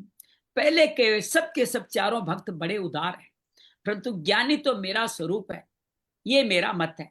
कारण कि मुझसे अभिनय जिसे श्रेष्ठ को दूसरी गति नहीं है, मुझ में ही दृढ़ उसकी स्थित। तो पहले ही भाव को भगवान बार बार कहते हैं, भक्त जिस प्रकार मेरे शरण होते हैं, मैं उनका उसी प्रकार से मैं भी उनका भजन करता हूँ। भक्त भगवान को चाहते हैं, मैं भी भगवान भी भक्त को चाहते हैं। लेकिन पहले संबंध भक्त ने संबंध जोड़ा है, इसलिए वो उदार है। भगवान ने नहीं जोड़ा, पहले भक्त ने भगवान से संबंध जोड़ा है। जो पहले पाए वो ही मीर। तो भगवान कहते हैं मेरे को उसने चुना है, इसलिए वो बड़ा उदार है, उसने मेरे बड़ी कृपा करी है। भगवान प्रेमी को अपने ऊपर कृपावान समझते हैं। देवताओं के भक्त सकाम भाव से विधि पूर्वक यज्ञ दान तप कर्म करते हैं। देवता उनकी कामना के अनुसार वह चीज देवताओं को देनी ही पड़ती है, क्योंकि देवताएं हित अहित नहीं देखते। माँ तो जानती है बच्चों के लिए अहितकारी वो चीज नहीं देगी, लेकिन जो दूसरे लोग हैं, जो संगी साथी है, वो आपका हित अहित नहीं देखेंगे। दुकान पे मांगे जाके जो चीज मांगोगे, वो शराब है या सिगरेट है या तंबाकू है, दुकानदार दे देगा ना, माँ थोड़ी देगी। तो ये भक्ति देवता दुकानदारी है, वो सब कुछ दे देते हैं। भगवान कोई चीज मांगता है तो भगवान उचित समझे तो ही चीज दे देता है। तीसरा, संसार के भोग और रुपए पैसे प्रत्येक सुखदायी देखते हैं। भगवान के भजन में प्रत्येक जल्दी सुख नहीं दिखता। पहले तो आपको कठिनाई लगेगी, कैसे ध्यान लगेगा, किस तरह लगेगा, निष्काम कर्म कैसे करूंगा, मैं तो भोग और संग्रह करने की लालसा छोड़ के भगवान को भजन करते हैं, उदारता ही तो है। भगवान कहते हैं भजन लालसा छोड़ के भजन के लिए उनकी उदारता है। भगवान के दरबार में मांगने वालों को उदार कहा जाता है। यही दरबार दीन को आदर की सदा चली आई। अर्थात कोई कुछ मांगता है, धन चाहता है, दुख दूर करना चाहता है, उसको भी भगवान उदार कहते हैं। अरे कम से कम मेरी दुकान पे आया तो सही है, कुछ मांगने सो मेरी दुकान पे आया तो सही, मेरी दुकान तो चली, ये आता ही नहीं तो क्या होता मेरा। तो भगवान उनको भी उदार कहते हैं। भक्तों को लौकिक परलौकिक कामना पूर्ति के लिए किंचन मात्र भी भाव नहीं रहता, वो भगवान से ही कामना पूर्ति रहते हैं। भक्तों का अनन्य भाव ही उनकी उदारता है। आप कामना किससे चाहते हैं? भगवान से। या तू पद से प्रेमी भक्ति विलक्षणा बताए, उससे भक्त उदार है ही, पर ज्ञानी तो कितना उदार है, तो मेरा स्वरूप है। भगवान इस तरह से बार बार कहते हैं। प्रेम में प्रेमी अपने आप को प्रेमी पर न्यौछावर कर देता है। प्रेमी अपनी सत्ता अलग नहीं मानता, भगवान भी उस पर न्यौछावर हो जाता है, दोनों एक ही हो जाते हैं। जैसे भगवान कहते हैं, जैसे नदी समुद्र में प्रविष्ट जब होती है, नदी समुद्र में प्रविष्ट होती है तो नदी और समुद्र की जल की एकता होती है। लेकिन आप डेल्टा में जाओ तो नदी समुद्र की तरफ जा रही है, कभी कभार लहरें वापस नदी की तरफ आ रही है, तो दोनों तरफ ये प्रभाव चलता रहता है। प्रेमी और भगवान का प्रेमास्पद ऐसे ही चलता रहता है। कभी लगता है प्रेमी भगवान की तरफ जा रहा है, कभी लगता है कि भगवान प्रेमी की तरफ आ जाए। ये विलक्षण लीला, पता ही नहीं चलता कि कौन प्रेमास्पद और कौन प्रेमी है। इसलिए भगवान इसको सबसे उत्तम गति कहते हैं। आस्थित युक्ता मामेन उत्तमाम गति, सबसे उत्तम गति कोई नहीं, इससे उत्तम गति कोई नहीं हो सकती। ये सर्ववती मेरे में उसकी दृढ़ स्थिति है। केवल भगवान ही मेरे हैं। जो अपनापन है उसमें अनुकूलता प्रतिकूलता को लेकर कोई फर्क नहीं पड़ता, अपनापन दृढ़ होकर बढ़ता चला जाता है, वो युक्तात्मा होकर के कहता है। भगवान फिर कहते हैं, सांसारिक अर्थार्थी भगवान को छोड़कर केवल अर्थ को चाहता है। झूठ कपट बेईमानी आदि का भक्त होता है, भीतर धन का महत्व ज्यादा उदार नहीं होता। परंतु महान कर्पण होता है, उदार नहीं कर्पण होता है, जो भोगों में लिप्त होकर कार्य करता है। वो जो साधन, जो कर्पण कैसे हैं? जो साधन भगवान की कृपा से मिलते हैं उनको भगवान के सेवा में नहीं लगाता, वो अपने भोगों में लगाता है, तो वो कंजूस है। दिखता है वो रोज नई गाड़ियां ला रहा है, लेकिन वो कर्पण है। उदार वही है जो भगवान की सेवा में अपने साधनों को लगाएं। तो भगवान कहते हैं कि जो भगवान का महत्व देता है उसमें कर्पणता नहीं होती। जो अर्थ भगवान से पाता है ना, उसका भी हिस्सा भगवान को कृतज्ञ रूप से दे देते हैं। तो यहाँ उदार भाव का अर्थ है त्याग। अर्थार्थी आप जिज्ञासु भक्त संसार को छोड़कर भगवान में लग गए, यही तो उनका त्याग है। पहले धन चाहते थे, फिर लगा नहीं यार, ये भगवान धन दे सकता है, ध्रुव को क्या तो पता नहीं क्या क्या दे देगा। ये भगवान मेरा दुख दूर करता है, उत्तरा को तो हमें क्या क्या दे देगा। ये उद्धव को ज्ञानी बना सकता है, जिज्ञासु को, तो ये हमारा को भी ज्ञानी बना। अंत में सारे ही लोग ये अर्थार्थी और ये जिज्ञासु सभी आगे चल के ज्ञानी ही बन जाते हैं। एक मार्मित यह है, भगवान को न मानना कामना से भी अधिक होती है, और अन्य देवताओं की उपासना करते हैं, उनमें यदि कामना रह जाती है, जन्म मरण को प्राप्त गतागतं काम कामा लभन्ते। परंतु जो केवल भगवान का भजन करते हैं, उनमें कामना रह भी जाए तो भगवान की कृपा भजन के प्रभाव से भगवान को ही प्राप्त होती है। मनुष्य किसी तरह भगवान से समझ जुड़ जाए तो भगवान को ही प्राप्त होता, कि मूल में भगवान का ही अंश है। भगवान श्रीमद् भागवत में कहते हैं, एक ही नहीं अनेक मनुष्य काम से, द्वेष से, भय से, स्नेह से अपने मन को भगवान में लगाकर अपने सारे पाप धोकर भगवान को प्राप्त होते हैं, जैसे भक्त भक्ति से। अर्थात जिज्ञासु, इन तीनों को भगवान ने यहाँ इन तीनों को भी उदार कहा है। परंतु जो भगवान के सिवा अन्य का भजन करने वाले, उनको भगवान उदार ने अल्प मेधा कहा है। जिनकी मेधा मतलब बुद्धि अल्प है। अरे बेवकूफ, तेरी बुद्धि काम नहीं करती। जहां तुझे मार्ग मिलने वाला वहां नहीं चल के तू जन्म मरण के सिलसिले में देवताओं को भज रहा है। तो देवताओं को भगवान से अलग समझने के कारण, भगवान में भगवत बुद्धि न होने के कारण उनकी उपासना अविधि पूर्वक है। आप कभी किसी देवी से कुछ ही मांगे, वो अविधि पूर्वक क्यों है? क्यों आप उनसे जन्म मरण के सिलसिले में फंसना मांग रहे हैं, आप खुद फंसना मांग रहे हैं, तो ये अविधि है। तो तत्व ज्ञानी ब्रह्म से तात्विकता से धर्मता होते हैं। ज्ञानी त्वमामि मे मतम, तत्व ज्ञानी की तात्विक एकता में जीव और ब्रह्म में अभेद हो जाता है। से ब्रह्म सच्चित आनंद स्वरूप, वैसे सच्चित आनंद स्वरूप हो जाता है। एक तत्व का सिवा कुछ नहीं रहता। परंतु भक्त की आत्मा एकता में जीव और भगवान में अभिन्नता हो जाती है। वो दो एक होते हुए भी प्रेम के लिए दो हो जाती है। प्रेम के लिए तो दो चाहिए ना, दोनों ही प्रेमी और दोनों ही प्रेमास्पद होते हैं, दो होते हुए भी एक ही रहते हैं। जीव परमात्मा का अंश है, जितना जितना दूर जाता है उतना ही उसका अहंकार दृढ़ होता है। जो ही भगवान से दूर रह जाओगे आप अहंकार में फंस जाओगे। परमात्मा की तरफ जाएंगे जो जो आपका अहंकार मिट जाएगा। स्वरूप में स्थित होने पर सूक्ष्म अहम की गंध रह सकती है, लेकिन प्रेम के साथ अभिन्नता होने पर अपरा प्रकृति संबंध विच्छेद हो जाता है, अहंकार मिट जाता है। अर्थार्थी आर्थ जिज्ञासु में कर्म से अपनी अहंकार कम होता जाता है। ज्ञानियों में अपनी सत्यता है ही नहीं, तो उनमें अहंकार नाम की कोई चीज नहीं रहती है। तो भगवान बार बार कहते हैं, भगवान से बढ़कर उत्तम गति और कोई नहीं है। गति शब्द के तीन अर्थ हैं, ज्ञान, गमन और प्राप्ति। पहले आप ज्ञान पाएं, फिर उसकी तरफ आप अपना गमन करें, जिसको श्रवण मनन निधि ध्यास भी कहते हैं। ज्ञान श्रवण है, मनन गमन है, और प्राप्ति उसका अभ्यास करते थे भगवान को पा लेना। यहाँ गति शब्द प्राप्ति के अर्थ में आया है। और प्राणीय तत्व, अंतिम प्राणीय तत्व होने से भगवान सर्वोत्तम गति है। आस्थित है, एक दृढ़ता अभ्यास से होती है। ये आस्था एक दृढ़ता स्वतः ही होती है। जैसे मैं प्राणियों की, मात्र प्राणियों की मैं हूं, इस प्रकार अपने आप में स्वतः दृढ़ स्थिति होती है। उसे ज्ञानी भक्ति भगवान में स्वयं दृढ़ स्थिति होती है। आइए अगला श्लोक करते हैं। इस ज्ञानी अर्थात प्रेमी की वास्तविकता भजन का प्रकार कैसे करता है, इस श्लोक में बताते हैं। बहुनाम जन्मनाम अंते ज्ञानवानम प्रपद्यते, वासुदेव सर्वमिति स महात्मा सुदुर्लभ है। बहुत जन्मों के अंतिम जन्म में, मनुष्य जन्म में सब कुछ परमात्मा ही। इस प्रकार ज्ञानवान मेरे शरण होता है, वो महात्मा अत्यंत दुर्लभ है। ज्ञानी को एक नया भाव क्या दिया कि वो महात्मा है। आपको अगर महात्मा बनना है तो इस जन्म को अंतिम मान लो, और मान करके भगवान के शरण हो जाओ। पांचों विधि कोई अपनाओ, लेकिन शरण हो जाओ, आश्रय ले लो, अधीन हो जाओ, प्रपत्ति में हो, सहारा लो, अवलंबन लो, भगवान में समर्पित हो जाओ। बहुना जन्म नाम अंते, ये संपूर्ण जन्मों का मनुष्य जन्म अंतिम जन्म है, ये मान ले। जीव को मनुष्य स्वरूप देकर जन्म प्रवाह से अलग होकर प्राप्ति का पूरा अधिकार दिया है। परंतु मनुष्य क्या करता है, पुराने राग के कारण पुराने प्रवाह में जन्म बन के चक्कर में चला जाता है, सिद्धियां पाना चाहता है, और फिर वो मृत्यु संसार वर्तमनी, जहां भगवान आसुरी नरकों के अधिकारियों का वर्णन करेंगे 9वें अध्याय में, वहां दुर्गुण दुराचारों के कारण भगवत प्राप्ति की संभावना न दिखने पर भगवान कहते हैं मां प्राप्य कौन ये तो यान्ते धमांगति, मेरे को प्राप्त किए बिना ये प्राणी अधम गति को चले गए। अर्थात मरने के बाद मनुष्य में चले जाते तो कम से कम मनुष्य तो रह जाते, परंतु मेरी प्राप्तियों पूरा अधिकार प्राप्त कर अधम गति को मैंने जन्म दिया। जिसे माँ कहते हैं मैंने इसको लिखाया पढ़ाया लेकिन ये गलत रास्ते पे चला है। तो इस संतों की वाणी शास्त्रों में बात होता है मनुष्य जन्म केवल कल्याण करने के लिए मिला है, विश्व का सुख भोगने और स्वर्ग प्राप्ति के लिए भी नहीं मिला है।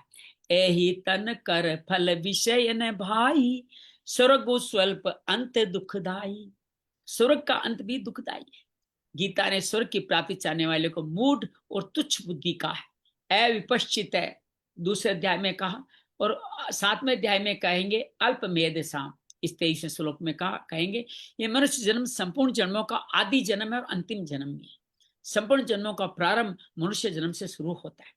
मनुष्य में जन्म किए हुए पाप 84 लाख योनियों नरक में भोगने पर भी समाप्त नहीं होते, बाकी रहते हैं। इसलिए संपूर्ण जन्मों का यह आदि जन्म है।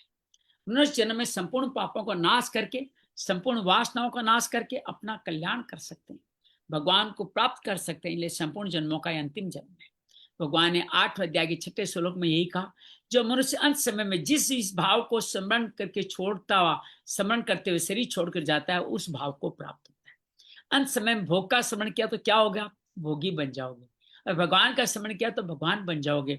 तो जिस किसी भाव को स्मरण कर भगवान ने स्वतंत्रता दी है। इससे मालूम तो भगवान ने मनुष्य को पूरा अधिकार दिया है कि आप मनुष्य के उद्धार के लिए आपको अंतिम जन्म मिला है, आप चाहे तो अपना उद्धार कर लें, आप स्वतंत्र हैं। नर तन सम नहीं कवने हुदेहि, जीव चराचर चाचत तेहि। नरक स्वर्ग अपवर्ग निसेनी, ज्ञान विराग भगति शुभ देनी। भगवान बड़ा सुंदर 7वें सुंदरकांड में ये बात कहते हैं। इस प्राप्त गीता मनुष्य मात्र को परम प्राप्ति का अधिकारी मानती है और डंक की चोट खुले शब्दों में कहती है कि वर्तमान का दुराचार से दुराचारी, पूर्व जन्म के पापों का नीच योनि में जन्मा हुआ पाप योनि, चारों वर्ण वाले स्त्री पुरुष, ये सभी भगवान का आश्रय लेके भगवत परम गति को प्राप्त हो सकते। भगवान ऐसी विचित्र पाप योनि कहा है गीता ने, जिसमें शूद्र से भी नीचे के माने जा रहे चंडाल, यवन तथा पशु पक्षी, कीट पतंग, वृक्षलता सभी शूद्र से भी नीचे हैं। यहाँ ये बात है पशु पक्षी आदि मनुष्य प्राण परमात्मा में चलने की योग्यता नहीं है। परमात्मा का अंश होने से परमात्मा तरफ से मना भी नहीं है। बहुत से प्राणी भगवान संत महापुरुषों कर्ता से तीर्थ भगवत धाम के कान प्रवाह से परम गति को प्राप्त हो गए। जैसे जटायु प्राप्त हो गया था, वो अधम प्राणी था लेकिन भगवान की कृपा से मुक्ति को प्राप्त हो गया। देवता भोग योनि है, वे भोगों में लगे रहते हैं, ये उनको अपना उद्धार करना ऐसा विचार ही नहीं होता। और जिस कारण से वो भगवान तक लग जाए तो उनका भी उद्धार हो जाएगा। इंद्र को भी ज्ञान प्राप्त एक बार हुआ था। भगवान की तरफ से मनुष्य मात्र का जन्म अंतिम जन्म है। भगवान का संकल्प है कि मेरे दे शरीर से तुम अपना अंतिम कल्याण कर लो। वो अपना कोई संकल्प नहीं कि केवल निमित्त मात्र बन जाए, तो भगवान के संकल्प से उसका कल्याण हो जाएगा। भगवान 11वें अध्याय में भी यही कहते हैं अर्जुन को, मेरे द्वारा मारे हुए कोई तू मार दे, मया हतांश तुम जही, तू चिंता मत कर, माँ व्यथिष्ठा, तुम युद्ध कर, तेरी जीत होगी, युद्धस्व जेतासी। इसलिए आप संकल्प कर ले तो भगवान अपनी कृपा से जो मनुष्य रूप दिया है, मनुष्य भगवान से मुक्त और संसार के राग में न फंसे, तो भगवान के उस संकल्प से अनायास से मुक्त हो जाएगा। अर्थात आपका नहीं, भगवान का संकल्प है आपको मुक्त करें। बस आप उधर फंसो मत, इस राह पे चल तो निकलो, इस राह की तरफ देखो तो सही, निहारो तो सही भगवान को। इस कृपा से भगवान का संकल्प ऐसा नहीं है कि साधक इच्छा बिना कल्याण हो जाए। अर्थात जैसे साप या वरदान दिया जाता है वैसा संकल्प नहीं। तो कैसा है भगवान का संकल्प? भगवान ने मनुष्य को अपना कल्याण करने की स्वतंत्रता दी। उस स्वतंत्रता का दुरुपयोग न करे, भगवान और शास्त्रों से विपरीत न चले, विवेक के विरुद्ध न चले, भगवान और शास्त्र अनुकूल चलना स्वाभाविक हो जाएगा। कारण कि भगवान और शास्त्र में विपरीत न चलने दो अवस्था में एक अवस्था स्वाभाविक होगी, या तो शरीर इंद्रिया मन बुद्धि से कुछ नहीं करेगा, या भगवान और शास्त्र के अनुकूल ही करेगा। कुछ नहीं करने की अवस्था में, कुछ करने की रुचि न होने से मन बुद्धि इंद्रियों के साथ संबंध विच्छेद हो जाएगा। कुछ न कुछ करने की इच्छा से कर्तृत्व तो अभिमान उत्पन्न होकर के इंद्रियों के साथ भी संबंध जोड़ लेगा। अपने लिए करने से फल के साथ संबंध जुड़ेगा। कुछ भी न करने से कर्तृत्व अभिमान, न कर्तृत्व अभिमान होगा, न फलेच्छा, परित्य स्वरूप में स्थिति हो जाएगी। शास्त्र की आज्ञा अनुसार निष्काम कर्म करने से उसका पुराना राग मिट जाएगा। तत्सम योग संसिद्ध कालेन आत्मनि विंदती, जो चौथे अध्याय में कहा था। गीता माया निष्काम भाव से विधि पूर्वक अपने कर्तव्य का पालन किया जाए तो अनादि काल से बने संपूर्ण कर्म नष्ट हो जाते हैं। ज्ञान योग से भी, ये चौथे अध्याय के 23वें श्लोक में कहा, 36वां श्लोक ज्ञान योग का कहता है ज्ञान योग से संपूर्ण मनुष्य संपूर्ण पापों से तर जाता है और भगवान भक्तों को संपूर्ण पापों से मुक्त करते हैं। 18वें अध्याय के 66वें श्लोक में कहेंगे कि मैं प्रतिज्ञा करता हूं मैं तुम्हें मुक्त कर दूंगा। इस प्रकार कर्मयोग, ज्ञान योग, भक्ति तीनों से पाप नष्ट हो जाते हैं। अर्थात अर्थ क्या है, ये मनुष्य जन्म अंतिम जन्म है। मनुष्य जीवन में सत्संग मिल जाता है, गीता जैसे ग्रंथ से परिचय मिल जाता है, भगवत नाम से परिचय मिल जाए तो साधु को समझना चाहिए भगवान ने बहुत विशेषता से कृपा कर हम सबके लिए कहा है। सुन लीजिए गौर से कि अगर आपको सत्संग मिल जाए, गीता ग्रंथ से परिचय मात्र हो जाए, भगवान नाम से परिचय हो जाए, साधु को समझना चाहिए भगवान ने कृपा कर दी। भगवान ने कृपा कर दी, अब तो हमारा उद्धार होगा ही, आगे हमारा जन्म मरण नहीं होगा। बड़ी स्पष्ट घोषणा है। अगर हमारा उद्धार कारण उद्धार होता, उद्धार नहीं होता तो गीता पढ़ने को मन भी नहीं करता। लाखों लोग गीता कहाँ पढ़ पाते हैं बाबूजी। ये गीता पढ़ने का मन कराए, भगवान उद्धार करना चाहते हैं, भगवान की कृपा से उद्धार होगा ही। इसके भरोसे साधन नहीं छोड़ना चाहिए, तत्परता उत्साह साधन लगे रहना चाहिए, समय सार्थक बने, कोई समय खाली नहीं जाना चाहिए, ऐसी सावधानी हरदम रखनी चाहिए। परंतु अपने कल्याण की चिंता नहीं करनी चाहिए। अब तक जिसने इतना प्रबंध किया वो आगे भी करेगा। जिसने भोजन के लिए निमंत्रण दिया है, आसन बिछा दिया है, आसन बैठा दिया है, पत्तल दे दिए, लोटे में जल रख दिया है, तो अब चिंता न करें, वो भोजन देगा ही देगा। नहीं देगा तो ये बिल्कुल गलती की बात है, ये उसकी गलती है। तो भगवान ऐसी गलती करने वाले नहीं है। तो आपको अगर गीता पढ़ने बैठा दिया है तो आपका कल्याण करेंगे ही करेंगे, ये भाव मन में लाइए। अगर भोजन नहीं दे, निमंत्रण भी क्यों देता, भोजन की तैयारी क्यों करता, निमंत्रण दिया है, बुलाया है, तैयारी की, भोजन देना ही पड़ेगा। हम भोजन की चिंता क्यों करें।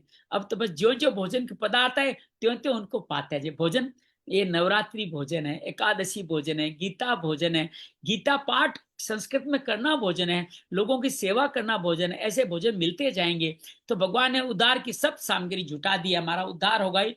अब हम समुद्र किनारे आ गए, ऐसा दृढ़ विश्वास करके निमित्त मान के साधन का कार्य करना चाहिए। जिनके पूर्वजनों के पुण्य होते हैं वही भगवान की तरफ चल सकता है। कि ऐसा माना जाए तो पूर्वजनों के पाप पुण्य का फल तो पशु पक्षी कीटंग आदि योनि वाले प्राणी भी भोगते हैं, फिर मनुष्य उन प्राणियों में क्या फर्क है। भगवान का कृपा करके मनुष्य जीवन देना कहाँ सार्थक होगा। मनुष्य जीवन की विलक्षणता महिमा क्या होगी। मनुष्य महिमा तो इसी में भगवान का आश्रय लेके अपने कल्याण के मार्ग में लग जाए। अनेक जन्मों के बाद परम पुरुषार्थ के साधन रूप मनुष्य शरीर को, जो अनित्य होने अत्यंत दुर्लभ है, बुद्धिमान पुरुष को चाहे शीघ्र से शीघ्र मृत्यु आने से पहले अपने कल्याण के लिए यत्न करें। विषय भोग तो सभी योनियों में प्राप्त हो सकते हैं, इसलिए उनके संग्रह में इस अमूल्य जीवन को नहीं खोना चाहिए। ये मनुष्य शरीर समस्त शुभ फलों की प्राप्ति का मूल है, अत्यंत दुर्लभ है और अनायास हमें मिल गया है। संसार सागर से पार होने की सुदृढ़ नौका है, जिसे गुरु रूप का नाविक चलाता है। और मैं वायु रूप, भगवान कहते हैं मैं वायु रूप होकर इसे लक्ष्य को बढ़ाने में सहायता करता। गुरु इशारा करेगा लेकिन मैं धीरे से धक्का लगाता रहूंगा आपको। इतनी सुविधा होने पर जो मनुष्य संसार सागर से पार नहीं होता वो अपनी आत्मा का पतन करने वाला होता है। महासर्ग जब प्रलय का प्रारंभ हुआ कि आदि में एक भगवान ही अनेक रूपों में हो जाते। ये बड़ी सुंदर लाइन है। भगवान एक से उनके अलग अपने आप को अनेक करने का भाव आया तो भगवान क्या करेंगे, भगवान हम सबको पैदा कर दिया तो हम सब में भगवान स्थित हो गए, भगवान ही अनेक रूपों में हो गए और अंत में अर्थात महाप्रलय में एक भगवान ही शेष रह जाएंगे। अर्थात हम सब कहाँ जाएंगे, उन्हीं भगवान में लीन हो जाएंगे, जहां से आए थे वहीं लीन हो जाएंगे। तो यहाँ वासुदेव सतपुली में सर्वम शब्द कहा गया। इस प्रकार आदि और अंत में एक भगवान, तो बीच में दूसरा कहां से आया। जब आदि भगवान है, अंत भगवान, बीच में दूसरा कहां से आ गया। संसार की रचना करने भगवान के पास अपने सिवा कोई सामग्री नहीं, भगवान अकेले थे, अपने सिवा कुछ था ही नहीं। तो भगवान ने क्या किया, अपने आप को ही हमें स्थापित कर दिया। आज मैं भागवत में सुन रहा था, बड़ी सुंदर कथा है कि जब सृष्टि की रचना करने के लिए तप करते हैं ब्रह्मा जी, तो भगवान प्रसन्न हो जाते हैं। भगवान प्रसन्न होकर उनको अपने लोक ले जाते हैं, लोक दिखाते हैं। तो वहां लोक में एक बड़ा सुंदर दृश्य है, गुरुदेव जी आपके जानने योग्य है कि वहां भगवान के लोक में जो ये अष्टधा प्रकृति है वहां सजीव रूप में खड़ी है। मतलब प्रकृति जिसको आप अपरा कहो, पुरुष जिसको परा कहो, फिर उसका अपरा का भाव महतत्व है अहंकार, और फिर पांचों तत्व, पांचों तन्मात्राएं, पांचों इंद्रियां, पांचों कर्मेंद्रियां और मन, ये 25 तत्व है। वहां सजीव रूप में खड़े हैं भगवान के पास में। अब सोचो भगवान के सजीव रूप में वो खड़े हैं तो भगवान की रचना करना कितना आसान हो जाएगा। तो भगवान के पास कोई सामग्री नहीं, वही संसार के रूप प्रकट हुए जो आदि अंत में वही मध्यम होते। सोने के गहने प्रारंभ में भी सोने, अंत में भी सोने, बीच में दूसरी चीज कहाँ होंगे? मिट्टी, पहले मिट्टी थी, बर्तन अंत में मिट्टी को जाए, तो बीच में भी मिट्टी तो है। तो पहले भगवान, अंत में भगवान, बीच में भी हम क्या है? भगवान है। ये बताने का तरीका है। इसी तरह से हर तरह के गहने खिलौने देखें, सब में भगवान ही एक है। जब तक मनुष्य दृष्टि गहनों की तरफ जाकर उसकी आकृतियों की तरफ जाती है, उसी को महत्व दे, तब तक ये सोना है, तब तक उसकी दृष्टि नहीं जाती। आप आभूषण देख रहे हैं, उसके अंदर का सोना नहीं देख रहे हैं। ऐसे मनुष्य संसार की तरफ जाती, उसको महत्व देता है। जब तक सब कुछ भगवान ही, इस तरफ उसकी दृष्टि नहीं जाती। परंतु तो जब गहनों की दृष्टि नहीं होती, तब गहनों में सोने की भावना नहीं होती। परंतु तो ये सोना ही ऐसी भावना होती है। संसार में भगवान की भावना नहीं होती, परंतु सब कुछ भगवान ही है। भगवान के सिवा दूसरा नहीं है। संसार को महत्व देते हुए संसार में वासुदेव सर्वम का, भगवान की भावना करने पर भी वासुदेव सर्वम का अनुभव होता है। ब्रह्मभूत मनुष्य निर्वाण ब्रह्म को प्राप्त होता है। ब्रह्म योगी को उत्तम सुख मिलता है। ब्रह्मभूत भगवान की पराभक्ति को प्राप्त होता है। अलग अलग श्लोक हैं इस बारे में। उस भक्ति तत्व को जानू उसमें प्रवेश करता है। गीता के जैसे तीनों ही अवस्थाएं हैं, अवस्थाओं में परिवर्तन होता रहता है। वासुदेव समय अवस्था नहीं है, वास्तु तत्व है, इसमें कभी परिवर्तन नहीं होता। जो कुछ ये जो संसार सब भगवान का स्वरूप है, भगवान की स्वतंत्र सत्ता है। मन से, वाणी से, दृष्टि से, अन्य इंद्रियों से जो कुछ ग्रहण किया जाता है, सब कुछ मैं ही हूँ, मुझसे भिन्न और कुछ नहीं है। सिद्धांत आप लोग विचारपूर्वक समझ लीजिए। इस ज्ञान के अनुसार ज्ञानी अर्थात प्रेमी का जीवन हो जाता है। सब जगह भगवान को ही देखते हैं। यो मां पश्यति सर्वत्र सर्व चाहिए मई पश्यति, 6 अध्याय के श्लोक में यही तो भगवान है, सब जगह मुझे ही देखता है। यह सब कुछ करता हुआ भी भगवान में रहते हैं। सर्वथा वर्तमानोपि सहयोगी मई वर्तते, ये भी 6 अध्याय में। क्या किसी को एक जगह भी अपनी प्रिय वस्तु मिल जाती है, उसको बड़ी प्रसन्नता होती है। फिर जिसको सब जगह ही अपने प्यारे इष्ट देव का अनुभव होता है। एक सुंदर पद है, मुझे गाना नहीं आता, लेकिन यहाँ दिया हुआ है, मैं पढ़ के सुनाता हूँ। आप भी अगर आपका साधक संजीवनी तो उसको खोल लीजिए। जित देखो तित श्याम ही है, श्याम कुंज बन जमुना श्यामा, श्याम गगन गन छटा छई है, जित देखो नित श्याम मई है, सब रंगन में श्याम भरो है, लोग कहते ये बात नहीं है, हाँ बोरी के लोगन ही की श्याम पुतरिया बदल गई है। चंद्र सार रवि सार श्याम है, मृगबद सार काम विजयी है, नीलकंठ को कंठ श्याम है, मनु श्यामता बेल पही है, श्रुति को अक्षर श्याम देखियत, दीप शिखा पर श्याम तही है, नर देवन की कौन कथा है, अलक ब्रह्म छवि श्याम मई है। तो भगवान की प्रसन्नता आनंद का क्या ठिकाना। आनंद में विभोर कर भगवान का प्रेमी कभी हंसता है, कभी रोता है, कभी नाचता है, कभी चुप होकर के शांत हो जाता है। जिसकी वाणी श्रीमद् भागवत में कहा गया है, जिसकी वाणी मेरे नाम गुण लीला का वर्णन करते हुए गदगद हो जाती है, जिसका चित्त मेरे रूप गुण प्रभाव लीलाओं को याद के द्रवित हो जाता है, जो बार बार रोता है, कभी कभी हंसने लगता है, वो लज्जा छोड़ के ऊंचे स्वर में मेरी तरह गाने लगता है और कभी नाचने लगता है, ऐसा भक्त मेरे सारे संसार को पवित्र कर देता है। जी बिल्कुल, संसार को पवित्र कर देता है। इस तरह उसका जीवन अलौकिक आनंद से परिपूर्ण हो जाता है। उसे कुछ भी करना जानना बाकी नहीं रहता, संपूर्ण परम प्राप्त पूर्ण हो जाता है। भक्ति मार्ग में चलता है, वह सत्य और असत्य इस विवेक को लेकर नहीं चलता। उसमें विवेक ज्ञान की प्रधानता भी नहीं होती, सिर्फ भगत भाव की प्रधानता होती है। जैसे मीरा वो भगवान में ही लीन हो जाती। मीराबाई का शरीर कहते हैं भगवान के विग्रह में ही लीन हो गया था। ज्ञानी मार्ग में जब सत असत का विवेक होता है और परिणाम में सत दो की सत्ता केवल सत स्वरूप ही रह जाता है। भक्ति मार्ग में सत असत सब कुछ भगवत स्वरूप ही हो जाता है। भगवान भगवत रूप संसार की सेवा करता है। वो सेवक, सेवा और सेव्य 3 होते हैं पहले, बाद में सिर्फ भगवान ही सब में रह जाते हैं। अर्थात जिनकी सेवा कर रहे हो वो भी भगवान है, जो कर रहे हो सेवा वो भी भगवान है, और करने वाला भी भगवान है। तो इस तरह के भक्त भगवान में ही विचरित करते हैं। दर्शन, स्मरण, भाषण आदि का प्राणी में बड़ा असर होता है। ऐसे भक्त किसी को कुछ बोल देना तो दूसरों का भी कल्याण कर देते हैं, कि खुद भगवत स्वरूप जो होते हैं। तो ऐसे कहते हैं ना, संत कई बार आशीर्वाद देते हैं, आपका कल्याण हो जाता है। क्यों? संत थोड़ी कल्याण करते हैं, संत के अंदर भगवत स्वरूप होता है, कल्याण सिर्फ भगवान ही करते हैं। जब मनुष्य की पदार्थों में भोग बुद्धि रहती है तो पदार्थों का स्वरूप समझ में नहीं आता। भगवत स्वरूप तभी समझ में आता है जब वासुदेव सर्वम देखते हैं। इस वासुदेव सर्वम को दो तरीके से समझे। संसार का अभाव करके परमात्मा रखना, संसार नहीं है और परमात्मा, ये कर लीजिए। संसार को है ही नहीं, कोई परमात्मा है। दूसरा, सब कुछ भगवान है, संसार है लेकिन वो भगवान ही है, और इससे जो परिवर्तन दिखता है वह तो भगवान का ही स्वरूप है। भगवान सिवा कोई स्वतंत्र सत्ता नहीं है।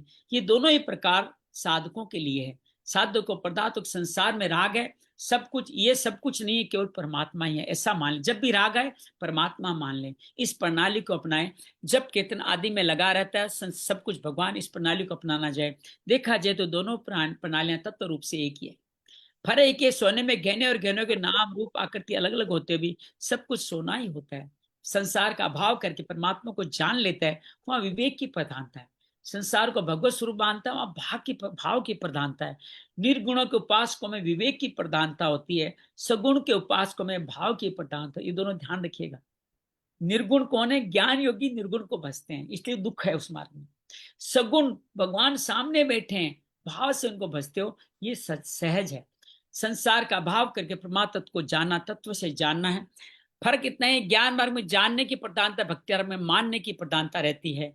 भगवान बार बार कहते हैं, भगवान ने ज्ञान मार्ग में मानने को भी जानने के अर्थ में लिया है। इति मत्वा न सज्जते, भक्ति योग में जानने को भी मानने के अर्थ में लिया है। खास बात ये, परमात्मा को जानना और मानना दोनों ही ज्ञान है। संसार को सत्ता देकर संसार को जानना मानना दोनों ही अज्ञान है। संसार को सत्ता देकर जान लिया और मान लिया, दोनों ही अज्ञान है। संसार को तत्व जान संसार की स्वतः सत्ता का अभाव हो जाता है। परमात्मा को तत्व जानने परमात्मा का अनुभव होता है। दोनों ही मार्ग भगवान के स्वरूप है। दोनों मार्ग से द्वारा परमात्मा को आप मान पा सकते, जान करके मान कर। इति ज्ञानवानाम प्रपद्यते, जो प्रत्यक्ष से बदलने वाले संसार की सत्ता को मानते हैं वह अज्ञानी है, मूढ़ है। जिनकी दृष्टि कभी न बदलने वाले भगवत तरफ की जाते हैं वे ही ज्ञानवान है, ऐसा मूढ़ है। भगवान ज्ञानवान कहने का तात्पर्य यह है, जो तत्व समझता सब जगह सब में एक भगवान है, ऐसे ज्ञानवान को भगवान आगे सर्वविद कहेंगे। ज्ञानवान की शरणागति अर्थार्थी आर्थ जिज्ञासु भक्तों की तरह नहीं है। भगवान ने ज्ञानी को अपना आत्मा बताया, ज्ञानी त्वात्मेव मे मतम। जब ज्ञानी भगवान की आत्मा हुआ तो ज्ञानी की आत्मा भी तो भगवान हो गए। अतः एक भगवत तत्व की सिवा दूसरी सत्ता नहीं रहती। इसलिए ज्ञानी की शरणागति इन तीनों भक्तों से विलक्षण है। भगवत तत्व के अलावा उनके कोई दूसरी सत्ता उनके अनुभव में आती नहीं, यही शरणागति है। भगवान की दृष्टि में अपने सिवा कोई अन्य तत्व है नहीं। मय सर्वदम प्रोतम सूत्रे मई गणा इव। अभी साथ में जैसे सूत की मालियों में मणियों की जगह सूत की गांठ लगा दें तो माला में सब कुछ सूत ही तो रहेगा। देखने में गांठें अलग दिखती है, धागा अलग दिखता है, पर तत्व से एक ही चीज है। इसे परमात्मा संसार में व्यापक दिखते हैं। परमात्मा एक ही व्यापक व्याप्य का अभाव नहीं है, सब कुछ वासुदेव है। स महात्मा सुदुर्लभ है। बहुत से मनुष्य हमें परमात्मा की प्राप्ति करनी है, इस तरफ दृष्टि नहीं डालते, ऐसा चाहते ही नहीं। जो इस तरफ दृष्टि डालते हैं वे भी उत्कंठा तो अनन्य भाव से अपने जीवन को सफल करने में नहीं लगते। पहले दृष्टि डालना होगा, फिर उस तरफ लगना होगा। जो अपना कल्याण करने में लगते हैं, मूर्खता के कारण परमात्मा प्राप्त निराश अपने असली अवसर को खो देते हैं, परम लाभ से वंचित हो जाते हैं। भगवान ने कहा, हजारों में से कोई एक व्यक्ति मेरी सिद्धि के लिए प्राप्त करता है। संसार में सब मनुष्य धनी नहीं हो सकते, भोग सामग्री सबको समान से नहीं मिल सकती। परमात्मा तत्व भगवान शंकर को प्राप्त है, वही सनकादि को प्राप्त है, वही नारद वशिष्ठ देवऋषि महर्षि को प्राप्त है। सभी मनुष्यों को समान प्राप्त हो सकते हैं, धन समान नहीं मिल सकते, क्योंकि धन एक सीमित मात्रा में है जी। किसी को ज्यादा चला गया तो उसका विपरीत प्रभाव किसी पे कम होगा, समझ रहे हैं ना बात को। और भगवान असीमित है, वो सबको बराबर मिल सकते हैं। ऐसा दुर्लभ सर हमें नहीं खोना चाहिए। जैसे भूखे के लिए अन्न, प्यासे के लिए जल, विषयों के लिए शब्द, सब रस रूप गंध रूप बन के भगवान आते हैं, ये उनकी विलक्षणता है। वह मन बुद्धि इंद्रियां बन के आते हैं, संकल्प विकल्प बन के आते हैं, वे व्यक्ति बन के आते हैं, दुख रूप में भी आते हैं। मेरे अंदर आए मनुष्य को चेताते हैं कि तब वस्तुओं को भोग्य मान के इनके भोक्ता मत बनो, फलस्वरूप तुम्हें दुख ही दुख भोगना पड़ेगा। इसलिए मनुष्य को शर्म आनी चाहिए। मैं भगवान को भोग सामग्री बनाता हूँ, ये भोग सामग्री भी भगवान है, और मेरे सुख के लिए भगवान को सुख की सामग्री बनना पड़ता है। आप जो भोग रहे हो ना सुख, वो भी भगवान है, और आपके कल्याण के लिए वो भोग सामग्री बन जाते हैं। तो भगवान देखने सुने समझने में जो कुछ आ रहा है, जो मन बुद्धि इंद्रियों का विषय नहीं है, वह सब भगवान ही है। भगवान का ये ऐसा मान ले, वास्तविक से अनुभव कर ले, मनुष्य विलक्षण हो जाता है। स महात्मा सुदुर्लभ है। एक कहानी बता रहे हैं, एक बैरागी बाबा जी थे, गणेश का पूजन करते थे। उनके पास एक सोने की मूर्ति थी और एक चूहे की मूर्ति थी, दोनों ही बराबर वजन की थी। एक बार उनको तीर्थ यात्रा जाने के लिए धन चाहिए था, तो एक स्वर्णकार के यहाँ गए, क्या भाई साहब दोनों मूर्तियों के दाम बताओ। तो उसने तोला और तोल करके क्या दोनों के बराबर दाम बता दिए। अब बाबा जी सुनार बिगड़ गए, अरे गणेश जी देवता है और चूहा उनका वाहन है, दोनों का बराबर मूल्य कैसे बता सकता है। सुनार बोले, बाबा जी मैं गणेश और चूहे को नहीं खरीदता, मैं तो सोने को खरीदता हूँ। जैसा वजन होगा वैसा ही मूल्य होगा। अगर सुनार गणेश और चूहे को देखेगा, उसका सोना नहीं देखेगा, और सोने को देखेगा तो गणेश चूहे को नहीं देखेगा। कि सुनार ने गणेश को देखता है न चूहे को, वह केवल सोने को ही देखता है। ऐसे भगवान के साथ अभिन्न करता, भगवान संसार को नहीं देखता, वह केवल भगवान को देखता है। एक और कथा यहाँ है, कोई एक संत राष्ट्र में चलते थे, किसी खेत में लघु शंका करने के लिए बैठे। उस खेत के मालिक ने देखा कि तरबूज चुराने आया, मतीरा चुराने आया है, रोज चुराता यही आदमी, ऐसा समझ के उसके सर में लाठी मार दी। तो फिर पता चला तो कोई बाबा जी है, तो चुरा भी नहीं रहे। हे महाराज मैंने आपको जाना नहीं, चोर समझ लाठी मार दी, मुझे माफ कर दो। संत ने कहा माफ क्या करना, तूने मेरे को मारा ही नहीं, तूने तो चोर को मारा है, तूने तो चोर समझ के मारा, मुझे थोड़ी मारा है, चोर को मारा है। उसने कहा अब क्या करूं महाराज, तेरी जैसी मर्जी है वैसे कर। उसने क्या किया, संत को बेलबाड़ी में ले जाकर अस्पताल में भर्ती कर दिया। वहां कोई मरम पट्टी करने वाला व्यक्ति आया, वो कोई आदमी दूध लेके आया, तो महाराज को कहा महाराज दूध पी लो। भगवान कहा तू बड़ा चालाक होशियार है, पहले तो तेरे विचित्र रूप में विचित्र लीलाएं करते, पहले तूने लाठी से मारा, अब कहता दूध पी लो। भगवान तो सब में भगवत दर्पण कर रहे हैं ना बाबा जी, तो लेकिन वो सोचता है कि मेरे पे आरोप लगा रहे हैं। तो वो कहा बाबा जी मैंने नहीं मारा है। संत कहा बिल्कुल झूठी बात है, मैं पहचानता हूं, तू ही था, तूने ही मारा है, तेरे सारा कौन आया, कहां से आया और कैसे आए। लाइन शब्दों पे गौर कीजिएगा, तेरे सिवा और कौन आए, कहां से आए, कहां से आए और कैसे आए, सब कुछ भगवान ही है।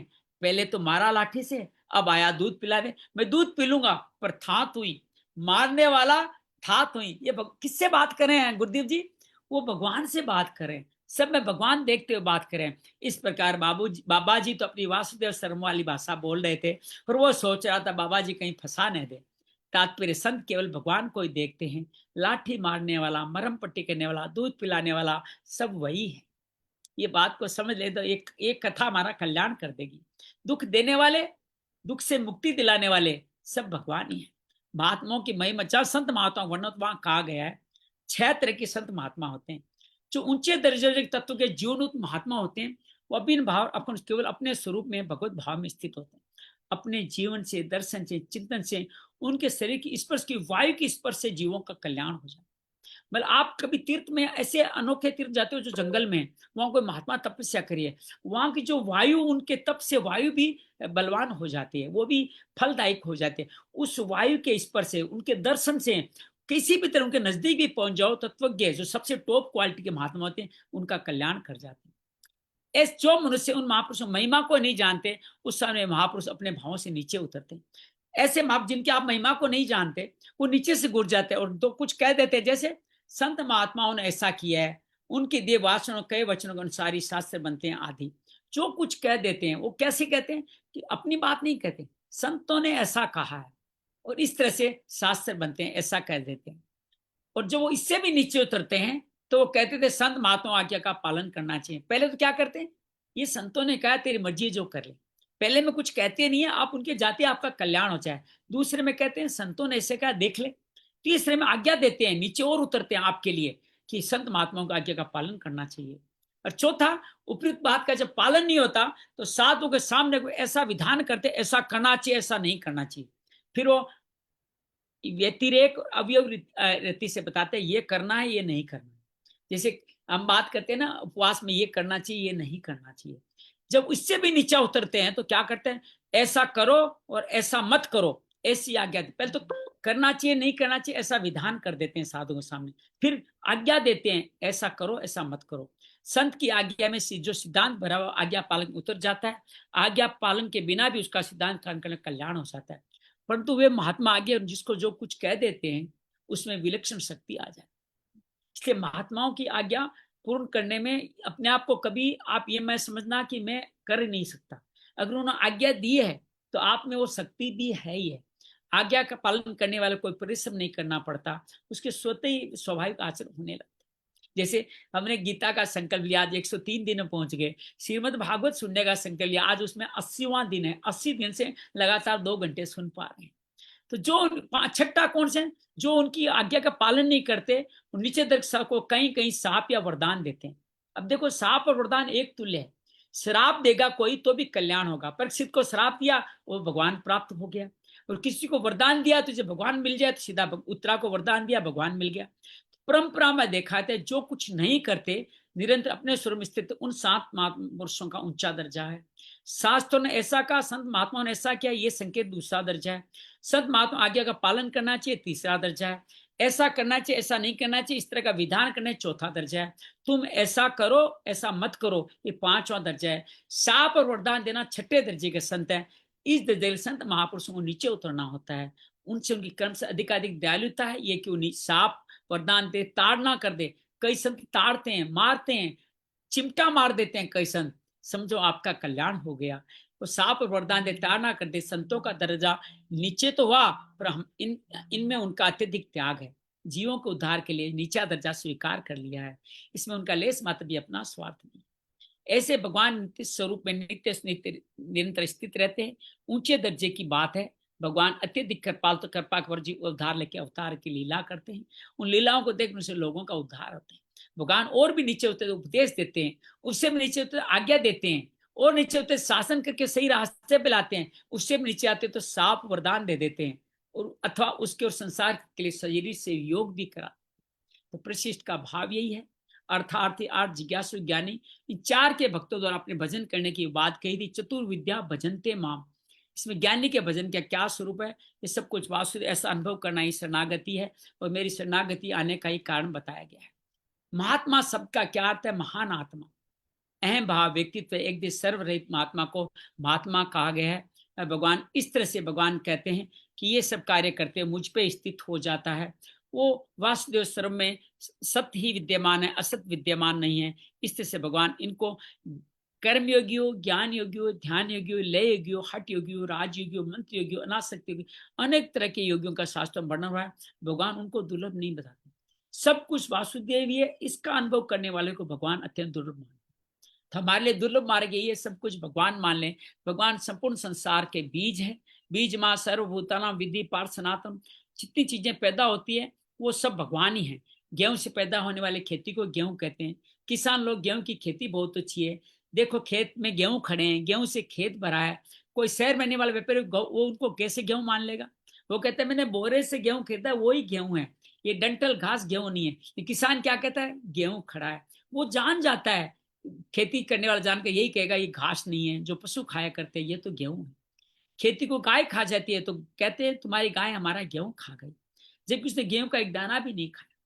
खेत में भले ही गेहूं का एक दाना भी नहीं दिखे, पर इसे गेहूं है ये संदेह नहीं रहता। तो इस तरह से भगवान में मानने वाला ये मान के चलता है सब जगह भगवान है, ऐसा मान के चलता है। ईश्वर जीव के विषय में 2 तरह का वर्णन है। ये श्लोक थोड़ा लंबा है। ईश्वर समुद्र है और जीव उसकी तरंग है, और अर्थात तरंग समुद्र की और जीव समुद्र है। ईश्वर उसकी तरंग है, अर्थात समुद्र तरंग का है। दोनों बातें एक ही है। ईश्वर समुद्र है, जीव उसकी तरंग है। दूसरा क्या है? जीव समुद्र है, ईश्वर उसकी तरंग है। इन दोनों में तरंग समुद्र की ऐसा मानना ही ठीक दिखता है, समुद्र तरंग की ऐसा मानना ठीक नहीं दिखता। समुद्र तरंग मानना ठीक नहीं था। तो इस तरह से भगवान बार बार तरीके से ये बताते हैं, जल तत्व में समुद्र, नदी, वर्षा, ओस, कोहरा, भाप, बादल सब मिटकर एक ही हो जाते। ऐसे ही वासुदेव स्वरूप में सभी साधन योग मार्ग मिटकर एक हो जाते। जैसे जल तत्व में कोई भेद नहीं, ऐसे वासुदेव स्वरूप में कोई भेद नहीं है। भगवान बार बार कहते हैं एक ही जल, बर्फ, कोहरा, बादल, ओला, वर्षा, नदी, तालाब, समुद्र अनेक रूपों में जाता है। कढ़ाई में बर्फ पिघलकर अग्नि के डाल के अग्नि में रखा जाए, बर्फ पानी हो जाता है। पानी और गर्म करो तो भाप बन जाएगा, भाप परमाणु होकर आकाश में उड़ जाएगा, निराकार हो जाएगा। जल ही कोहरा रूप है, वही बादल रूप है, वही निराकार है, वही बर्फ है, वही ओला रूप है, वही पृथ्वी पृष्ठ, वही नदी है, वही समुद्र है। अनेक रूप से जल तत्व से जल एक ही रहता है, इसलिए भगवान अनेक रूप बन जाते हैं। हम सब में भगवान आ जाते हैं। जैसे जल ठंडक से जल कर जमकर बर्फ हो जाता है, गर्मी से पिघल के भाप परमाणु रूप हो जाता है, ऐसे अज्ञान रूपी ठंडक से भगवान स्थूल और जड़ संसार रूप में दिखते हैं। ज्ञान रूपी अग्नि से सूक्ष्म और चेतन वासुदेव दिखते हैं। जल चाहे बर्फ रूप से देखे या भाप बादल रूप में देखे, सब जगह भगवान ही दिखता है। वासुदेव सर्वमुख का भाव भगवान बार बार कहते हैं। भगवान सब कुछ भगवान ही, ऐसा निश्चय हो जाता है। तो साधक द्वारा, अध्यात्म विद्या के द्वारा सब कुछ संसारित, सब जगह भगवान को ही देखता है, सब कुछ भगवान ही है, ये मान करके वो अपने अनुभव के क्रिया को सब जगह एक ही मानता है। तो सच से पहले भी भगवान थे, पीछे भी केवल भगवान रहेंगे, बीच में भगवान सा दूसरा कैसे आ गया? भगवान मेरे तो एक ही भगवान है, भगवान के सिवा मेरो एक गिरधर नागर दूसरो ना कोई। फिर भगवत तत्व की जाने व्याकुलता होती, दिन में भूख नहीं लगती, रात में नींद नहीं आती, संशय सुनकर डर और मान ले सब कुछ भगवान है।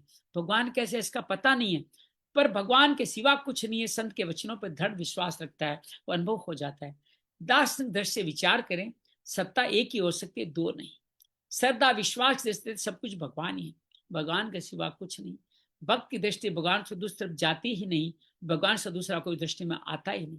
भगवान की महत्ता को समझ के भगवान के शरण लेते ऐसे भक्तों का वर्णन इस 19वें श्लोक में कहा है, और अगले श्लोक में भगवान देवताओं के शरण होने वाले मनुष्यों का वर्णन करने वाले हैं।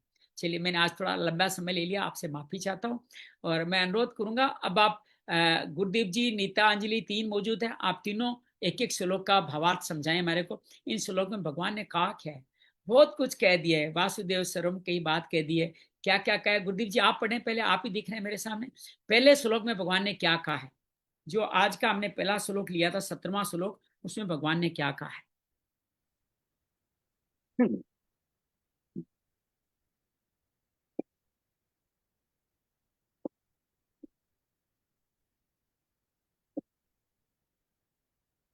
हमारा मन का भाव था साधक संजीवनी जैसी दिए वैसी पढ़ेंगे, इसलिए कई बार कई श्लोक एक एक दिन में होने वाले हैं। हमें आज दो ही करने चाहिए थे, लेकिन हम तीसरे नंबर पता, इसलिए पता नहीं चला, ये लंबा श्लोक हो गया। चलिए बताइए आप। जी, तेषा ज्ञाने नित्युक्त एक भक्ति विशिष्यते प्रियो हि ज्ञानी नोत्तयन् धर्महं तच्च मम प्रियः। उन चार भक्तों में मुझ में निरंतर लगा हुआ अनन्य भक्त वाला ज्ञानी अर्थात प्रेमी भक्त ही श्रेष्ठ है। चार तरीके के बताए कि जो एक तो हैगा कि जो जबरदस्ती मांग के देने वाला हो गया, और एक सिर्फ रोने वाला हो गया कि मेरे को जबरदस्ती ऐसे देना है, फिर एक सिर्फ दूर से देखने वाला होगा, और एक हो गया कि अगर मिल गया तो भी ठीक है, जो ना मिला तो भी ठीक है। राइट। तो इसके अंदर जो सबसे बड़ा बताया कि वो बताया कि भक्त की जो स्टेज है वो सबसे ऊपर है, ज्ञानी से ऊपर जो है वो भक्त की स्टेज, और वही मेरा प्रेमी है। चलिए लीता जी आप बताना चाहेंगे दूसरे 18-19 श्लोक को? हरिओम। जी जी, 18 श्लोक में क्या कहा भगवान ने, ये बता दीजिए सीधा ही। बताया है कि जो चार भक्तों हैं उसमें जो भक्त ज्ञानी है, जो मेरा प्रेमी है, वो ही उत्तम और श्रेष्ठ है। क्योंकि जो बाकी के तीनों है वो जो धन की इच्छा से, अर्थात ही धन की इच्छा से मुझे बचता है। आर्त के वो भोग विलास में रह के अपने भोग विलास में जो कमी है उसके लिए वो मुझे बचता है, और जिज्ञासु है वो जानने के लिए, अपना ज्ञान बढ़ाने के लिए, और उसके लिए मुझे बचता है। लेकिन जो ज्ञानी है वो मेरा ही स्वरूप है।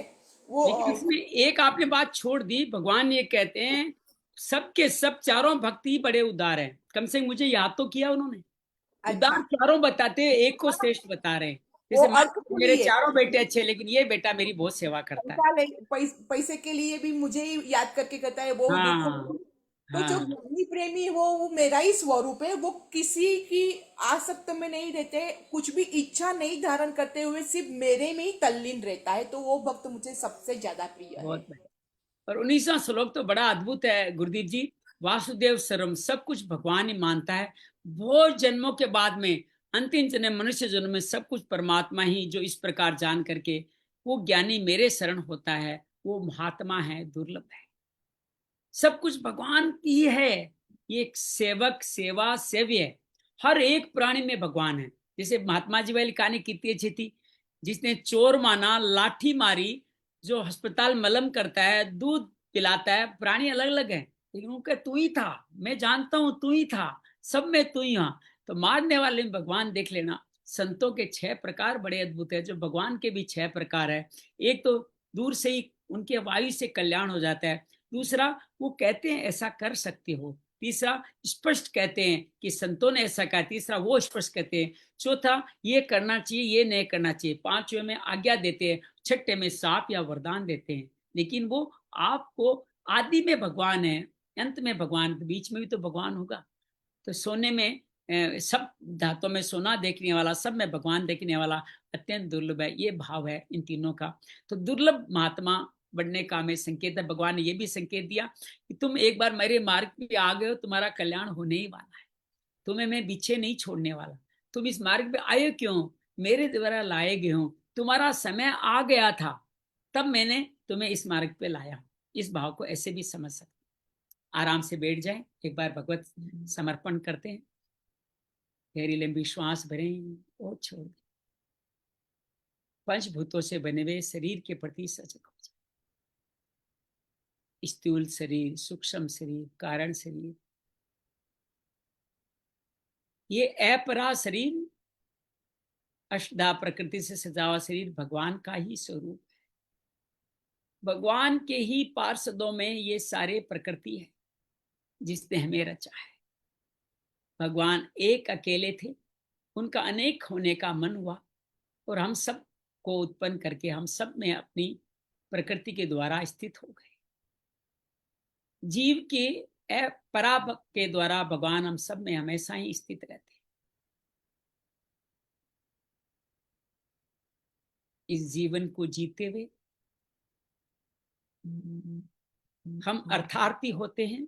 अर्थात जीवन को जीते हुए हम सब लोग कई बार अर्थ की कामना करते हैं। ये कामना किन से करें? अगर देवताओं से करें तो आप शुद्ध अशुद्ध का आपके लिए क्या उचित है, क्या अनुचित है, इसका भाव न रखते हुए वो देवता आपको दे देंगे। लेकिन उससे आपका कल्याण की जगह अकल्याण भी हो सकता है। तो किससे मांगे, ये महत्वपूर्ण है। तो अर्थार्थी भक्त भगवान से मांगता है, हे भगवान, मेरे लिए जो उचित है वो धन आप मुझे दें, ताकि मैं इस अनुकूल स्थिति को प्राप्त हो जाऊं। ऐसा भक्त ध्रुव की तरह धीरे धीरे भगवान के चरणों में लीन हो जाता है।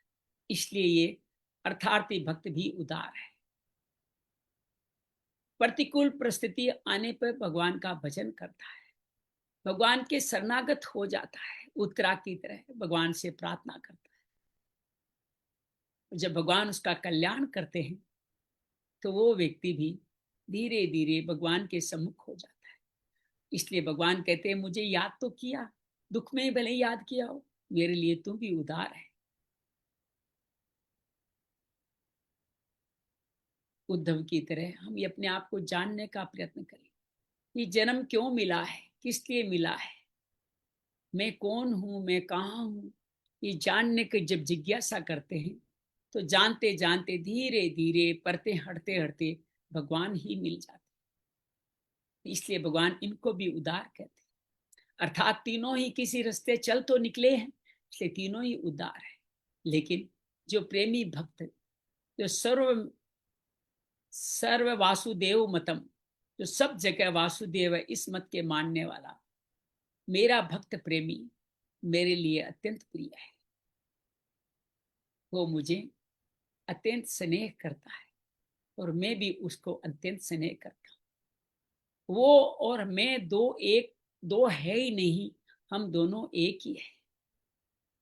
प्रेमी और प्रेमास्पद, समुद्र की तरफ जाती हुई नदी या नदी की तरफ आता हुआ समुद्र, दोनों एक ही है। वासुदेव सर्वम, सब में ही भगवान स्थित है। इस भाव को जो धारण करते हैं वो प्रेमी भक्त उदार मुझे अत्यंत प्रिय है। वो सब जगह हर एक में ही मुझको ही देखते हैं, बाबा जी की तरह। दुख देने वाले में मुझे देखते हैं, दूध पिलाने वाले में भी मुझे देखते हैं। भगवान इस तरह इन लोगों का अलग अलग तरह से उद्धार करते हैं। उनका स्पर्श, वाणी, उनका कहना, उनका श्राप, वरदान सभी हमारे लिए कल्याणकारी है। सब में भगवान ही विद्यमान है। हम जिस मार्ग पे नील चल चुके हैं, चल रहे हैं, वो भगवान के द्वारा ही निर्देशित है। और भगवान कहते हैं ऐसे भक्तों का मैं कल्याण करने ही वाला हूँ। इसी भाव के साथ विश्राम करें। शांति शांति शांति। जय माँ भगवत गीते, जय जय माँ भगवत गीते। हरि ये कमल विहारिणी, हरि ये कमल विहारिणी, सुंदर सुपुनीते। जय जय माँ भगवत गीते। दया सुधा बरसावनी, मातु कृपा कीजे, मातु कृपा कीजे। हरिपद प्रेम दान कर, हरिपद प्रेम दान कर, अपनों कर लीजिए। जय जय माँ भगवत गीते। माँ ब्रह्मचारिणी को नमन करें। या देवी सर्वभूतेषु ब्रह्मचारिणी रूपेण संस्थिता, नमस्तस्यै नमस्तस्यै नमस्तस्यै नमो नमः। सर्वमंगल मांगल्ये शिवे सर्वार्थ साधिके, शरण्ये त्र्यंबके गौरी नारायणी नमोस्तुते, नारायणी नमोस्तुते। शांति शांति शांति। धीरे धीरे अपनी आंखें खोलते हुए आप आंखें खोल सकते हैं।